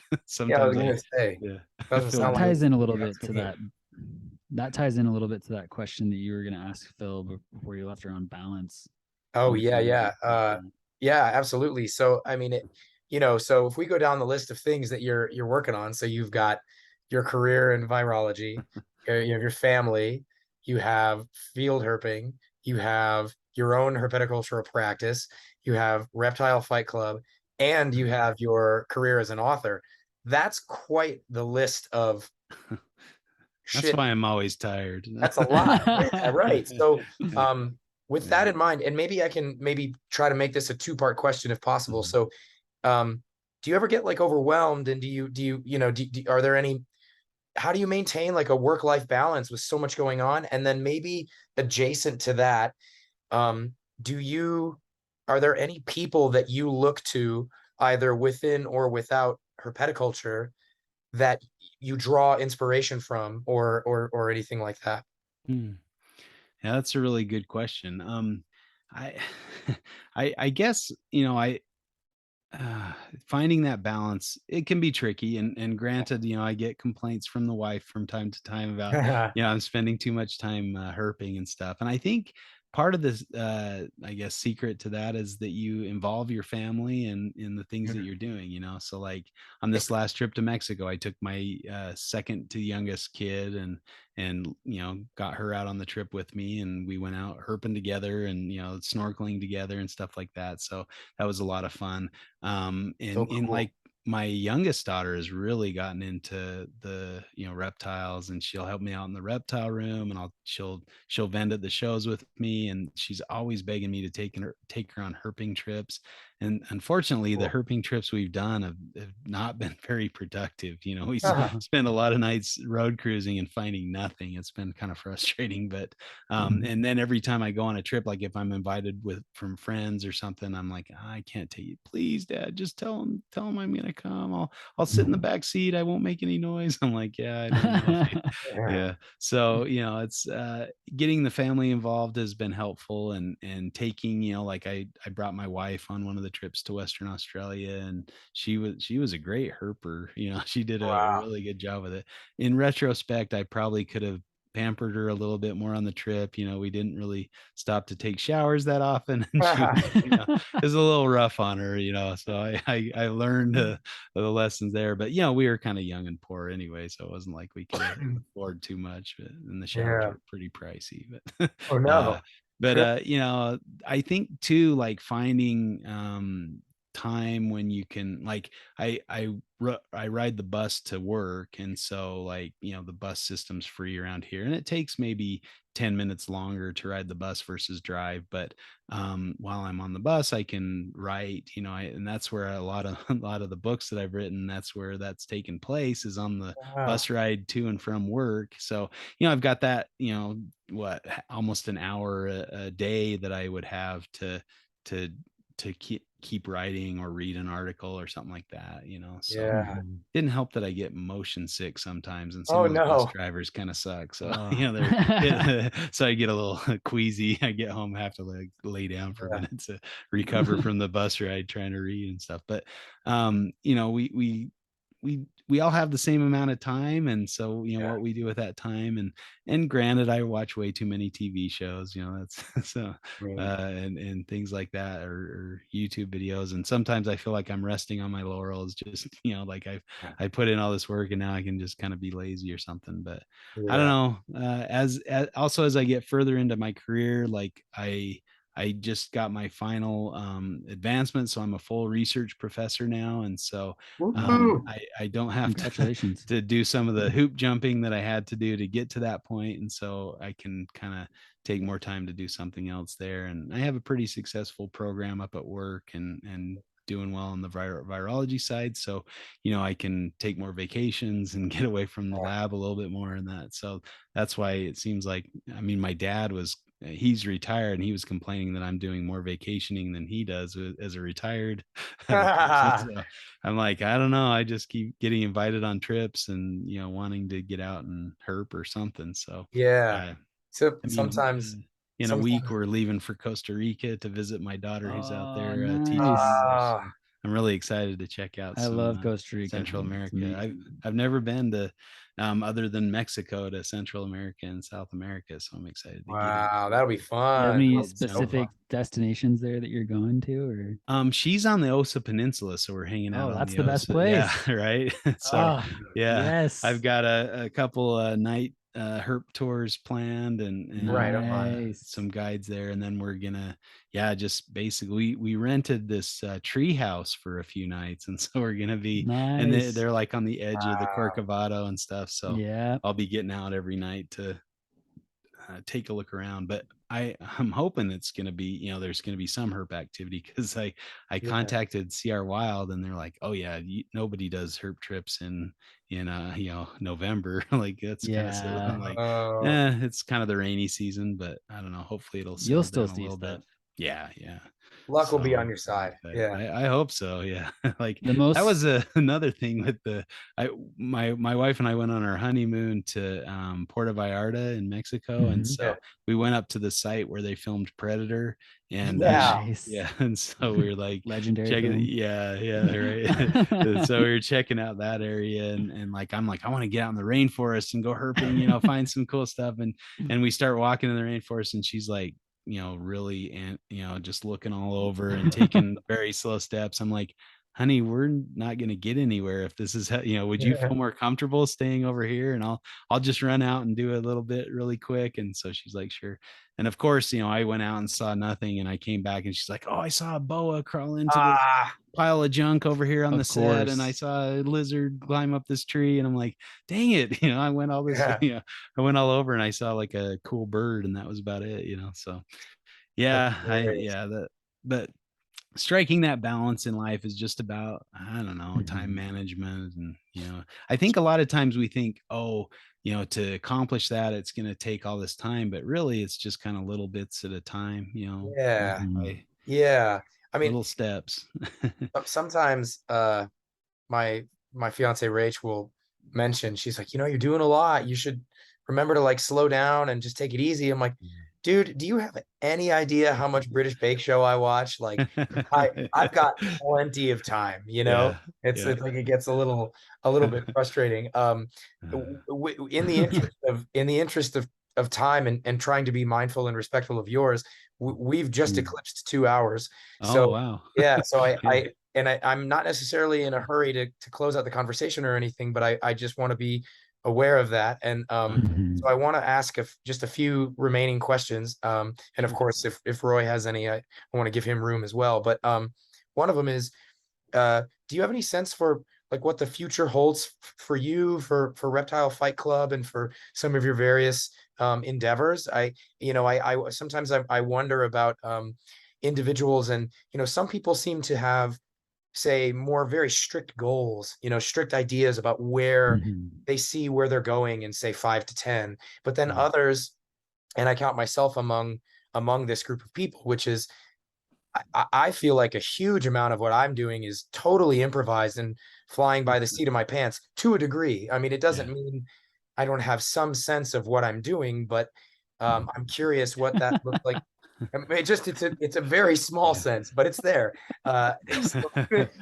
No, I get that. Like, I feel like I'm flying by the seat of my pants a lot of times, like where I just, kind of, hey, I'm going to do this. And I do it. And then I'm like, wait, what's the end goal here? Yeah. That's Yeah, a good question for me to ask myself too. But yeah. for the podcast, like I'm almost like, man, it's a lot to do one every week, and so I'm thinking maybe we should slow it down a little bit, or, because I Mhm. like to get guests on, but I like to also just discuss some of these topics with Chuck. But sometimes it's a struggle to find a topic. I mean, there's plenty of things to think about. So I encourage anybody, that has an idea for a podcast topic, let me know, because we're happy to fight about just about anything. So Hell it yeah. just there's always something to think about. But so yeah, we just want to keep it going as long as we can, as long as Yeah, it stays fresh and exciting and fun, and it's not just, we don't get too repetitive or boring or people lose interest. But I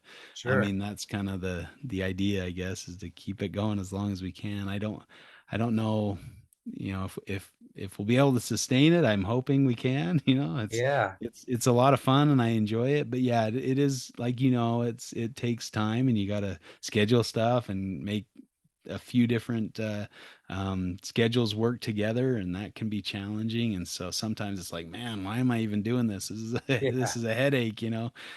but it's I think it's more enjoyment now than headache. So that's, as long as Mhm. that's the case, I think we'll keep it going. um for the business side, I mean, I can't envision myself not keeping and, breeding some project or another. But Yeah. I think about that because I like to travel too, and when I Mhm. retire, I want to take some longer trips. So that's going to be Yeah. a thought for down the road. But that's kind of a scary thought. Like, what if I had to get rid of all my reptiles? Could I do that, or Oh do I just, like, man. find somebody close, hire a kid in the neighborhood, or, get my Yeah. daughter to stay at our house while we're gone, that kind of thing. Mhm. Who's going to take care of those things? Or if I get hit by a bus, who's going to, take care of Yeah. the collection? Yeah. So luckily I have some good friends that could probably help Heidi figure out what to do with all my stuff. But Yeah. yeah, that's kind of a dark turn. But anyway, Yeah. yeah, like I don't know. I'm planning on keeping it going as long as I can, and doing Yeah. more herb trips. Like, we've got a few different trips planned. And I'm planning on spending my 50th birthday in Australia looking for gammons, carpets, and All stuff like that. right. So Yeah. yeah, everybody's invited. If you want to show up in Australia, we'll go herp together. Hell So yeah. yeah, Roy, we That can make sounds that one. fun. Maybe that'll yeah, be the one where, when do you turn 50, Justin? 2025. 2025. All right, All Roy, right. if we haven't met in person by 2025, we'll do it in Australia. We'll go There celebrate you go. Justin's 50th and There you go. find a parenti in The under the only, By the only that time, caveat we'll is have you met have in to. person and probably like choked each other out a few times at that point, probably. and Yeah. just like Yeah. we'll Yeah. be at each other's throats. Yeah. We'll The be close. We're still downside the friends. downside is the downside is you have to wear a goofy party hat while you herp. Oh, So that's an upside in my yeah, book. there you I wear a go. goofy hat almost every day, man. There you go. All right, you guys are perfect. Yeah. No, I That's would never awesome. make anybody wear a goofy party hat. Those things annoy me. Yeah. That's great. I'm really Okay, glad he well, clarified that. uh, well, so okay, with that in mind, I suppose this might be the right time for the sort of the closing question, Roy. What do you think about that, man?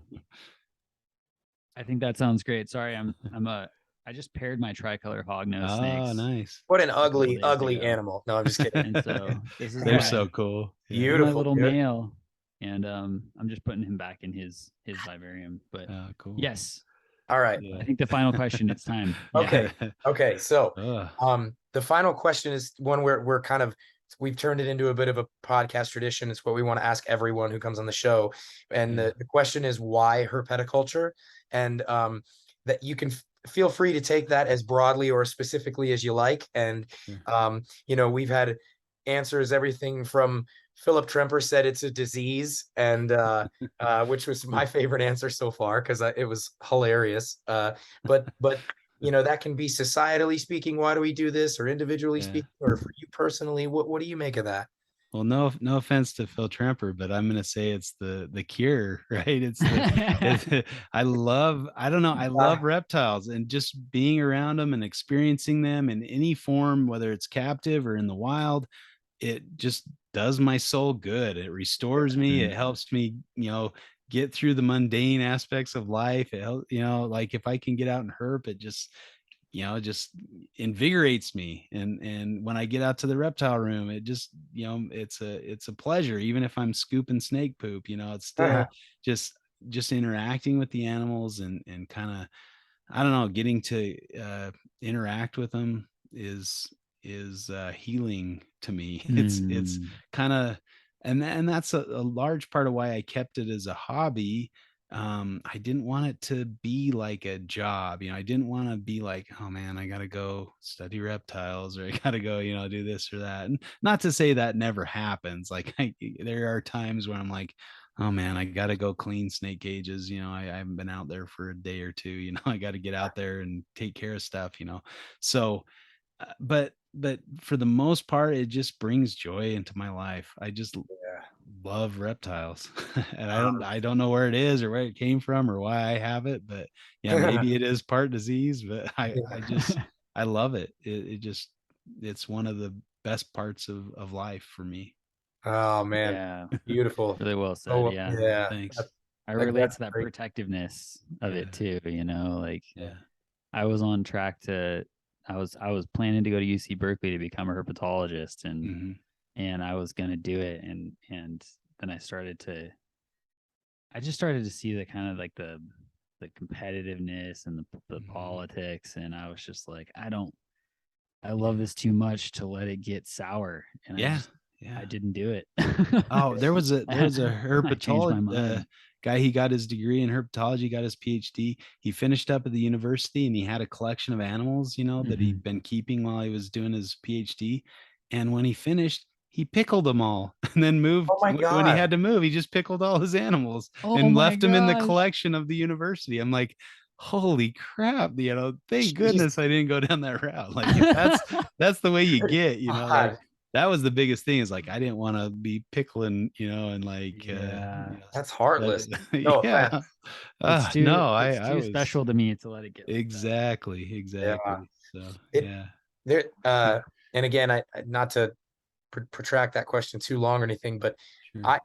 I feel like there were times in my life, whether it was through the influence of, my father or something, no offense to him either, but where it was like, man, is this really something I want to keep doing? And it seems like real dead end and all this stuff, but it always was something that I could not help. I couldn't shake it. It was, like no matter what I did, no matter where I went, it was like my life didn't feel complete unless I had a damn lizard in a cage with me or something. You know what I mean? Yeah. It just didn't feel right. Uh-huh. So, I relate to what you said. It's just like there's something so profound and so joyous about the practice.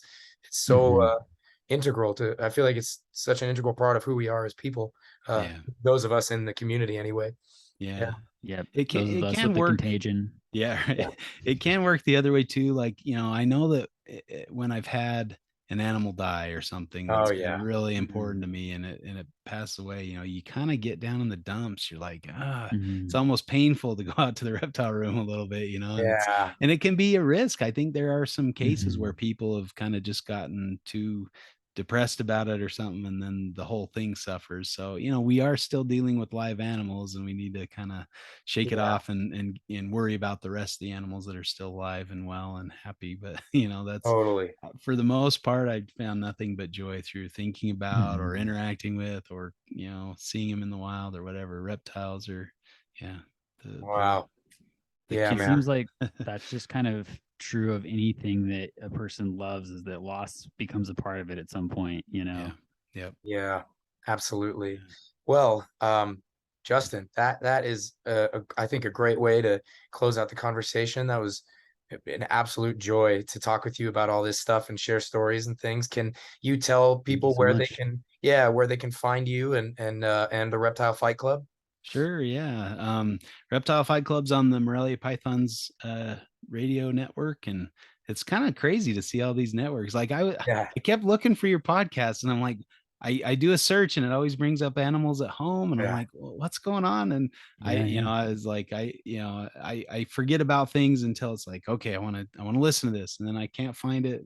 I don't know, yeah, maybe I'm technologically challenged or something. But finally, I like, okay, I looked a little closer at the animal. Oh, I'm like, oh, every couple yeah, episodes, it's you guys. So now yeah, I'm yeah. very excited to catch up on your backlog and stuff. So Right sorry on. for Awesome. not being prepared that way. But Oh, Oh, yeah. I honestly looked for it a couple times, and admittedly, I'm kind of an idiot and I didn't find it. So I'm excited to get that in. But yeah, Reptile Fight Club can be found where you find your podcasts. I guess uh I don't know exactly if people have a problem finding it on certain platforms or other, but No, yeah, I so think it's easy to find. it's out there. And yeah, then my business is Australian Addiction Reptiles, and so australianaddiction.com is my website. And then on social media, I just go, I do have an Australian Addiction Reptiles Facebook page, but I never, very rarely update it. I feel kind of bad about that. But Justin Julander on Facebook, or JG Julander on Instagram. On yeah. Instagram, I just post pictures of like wild animals, and Mhm. I subscribe to people who post pictures of wild, reptiles. And so that's kind of my focus on there, just to kind of have a break from the normal social media and Mhm. just look at pretty pictures of reptiles in their environment, or birds or insects or whatever. So Hell yeah. yeah. Awesome. Awesome. Well, that's fantastic stuff. I'm gonna hit the stop recording.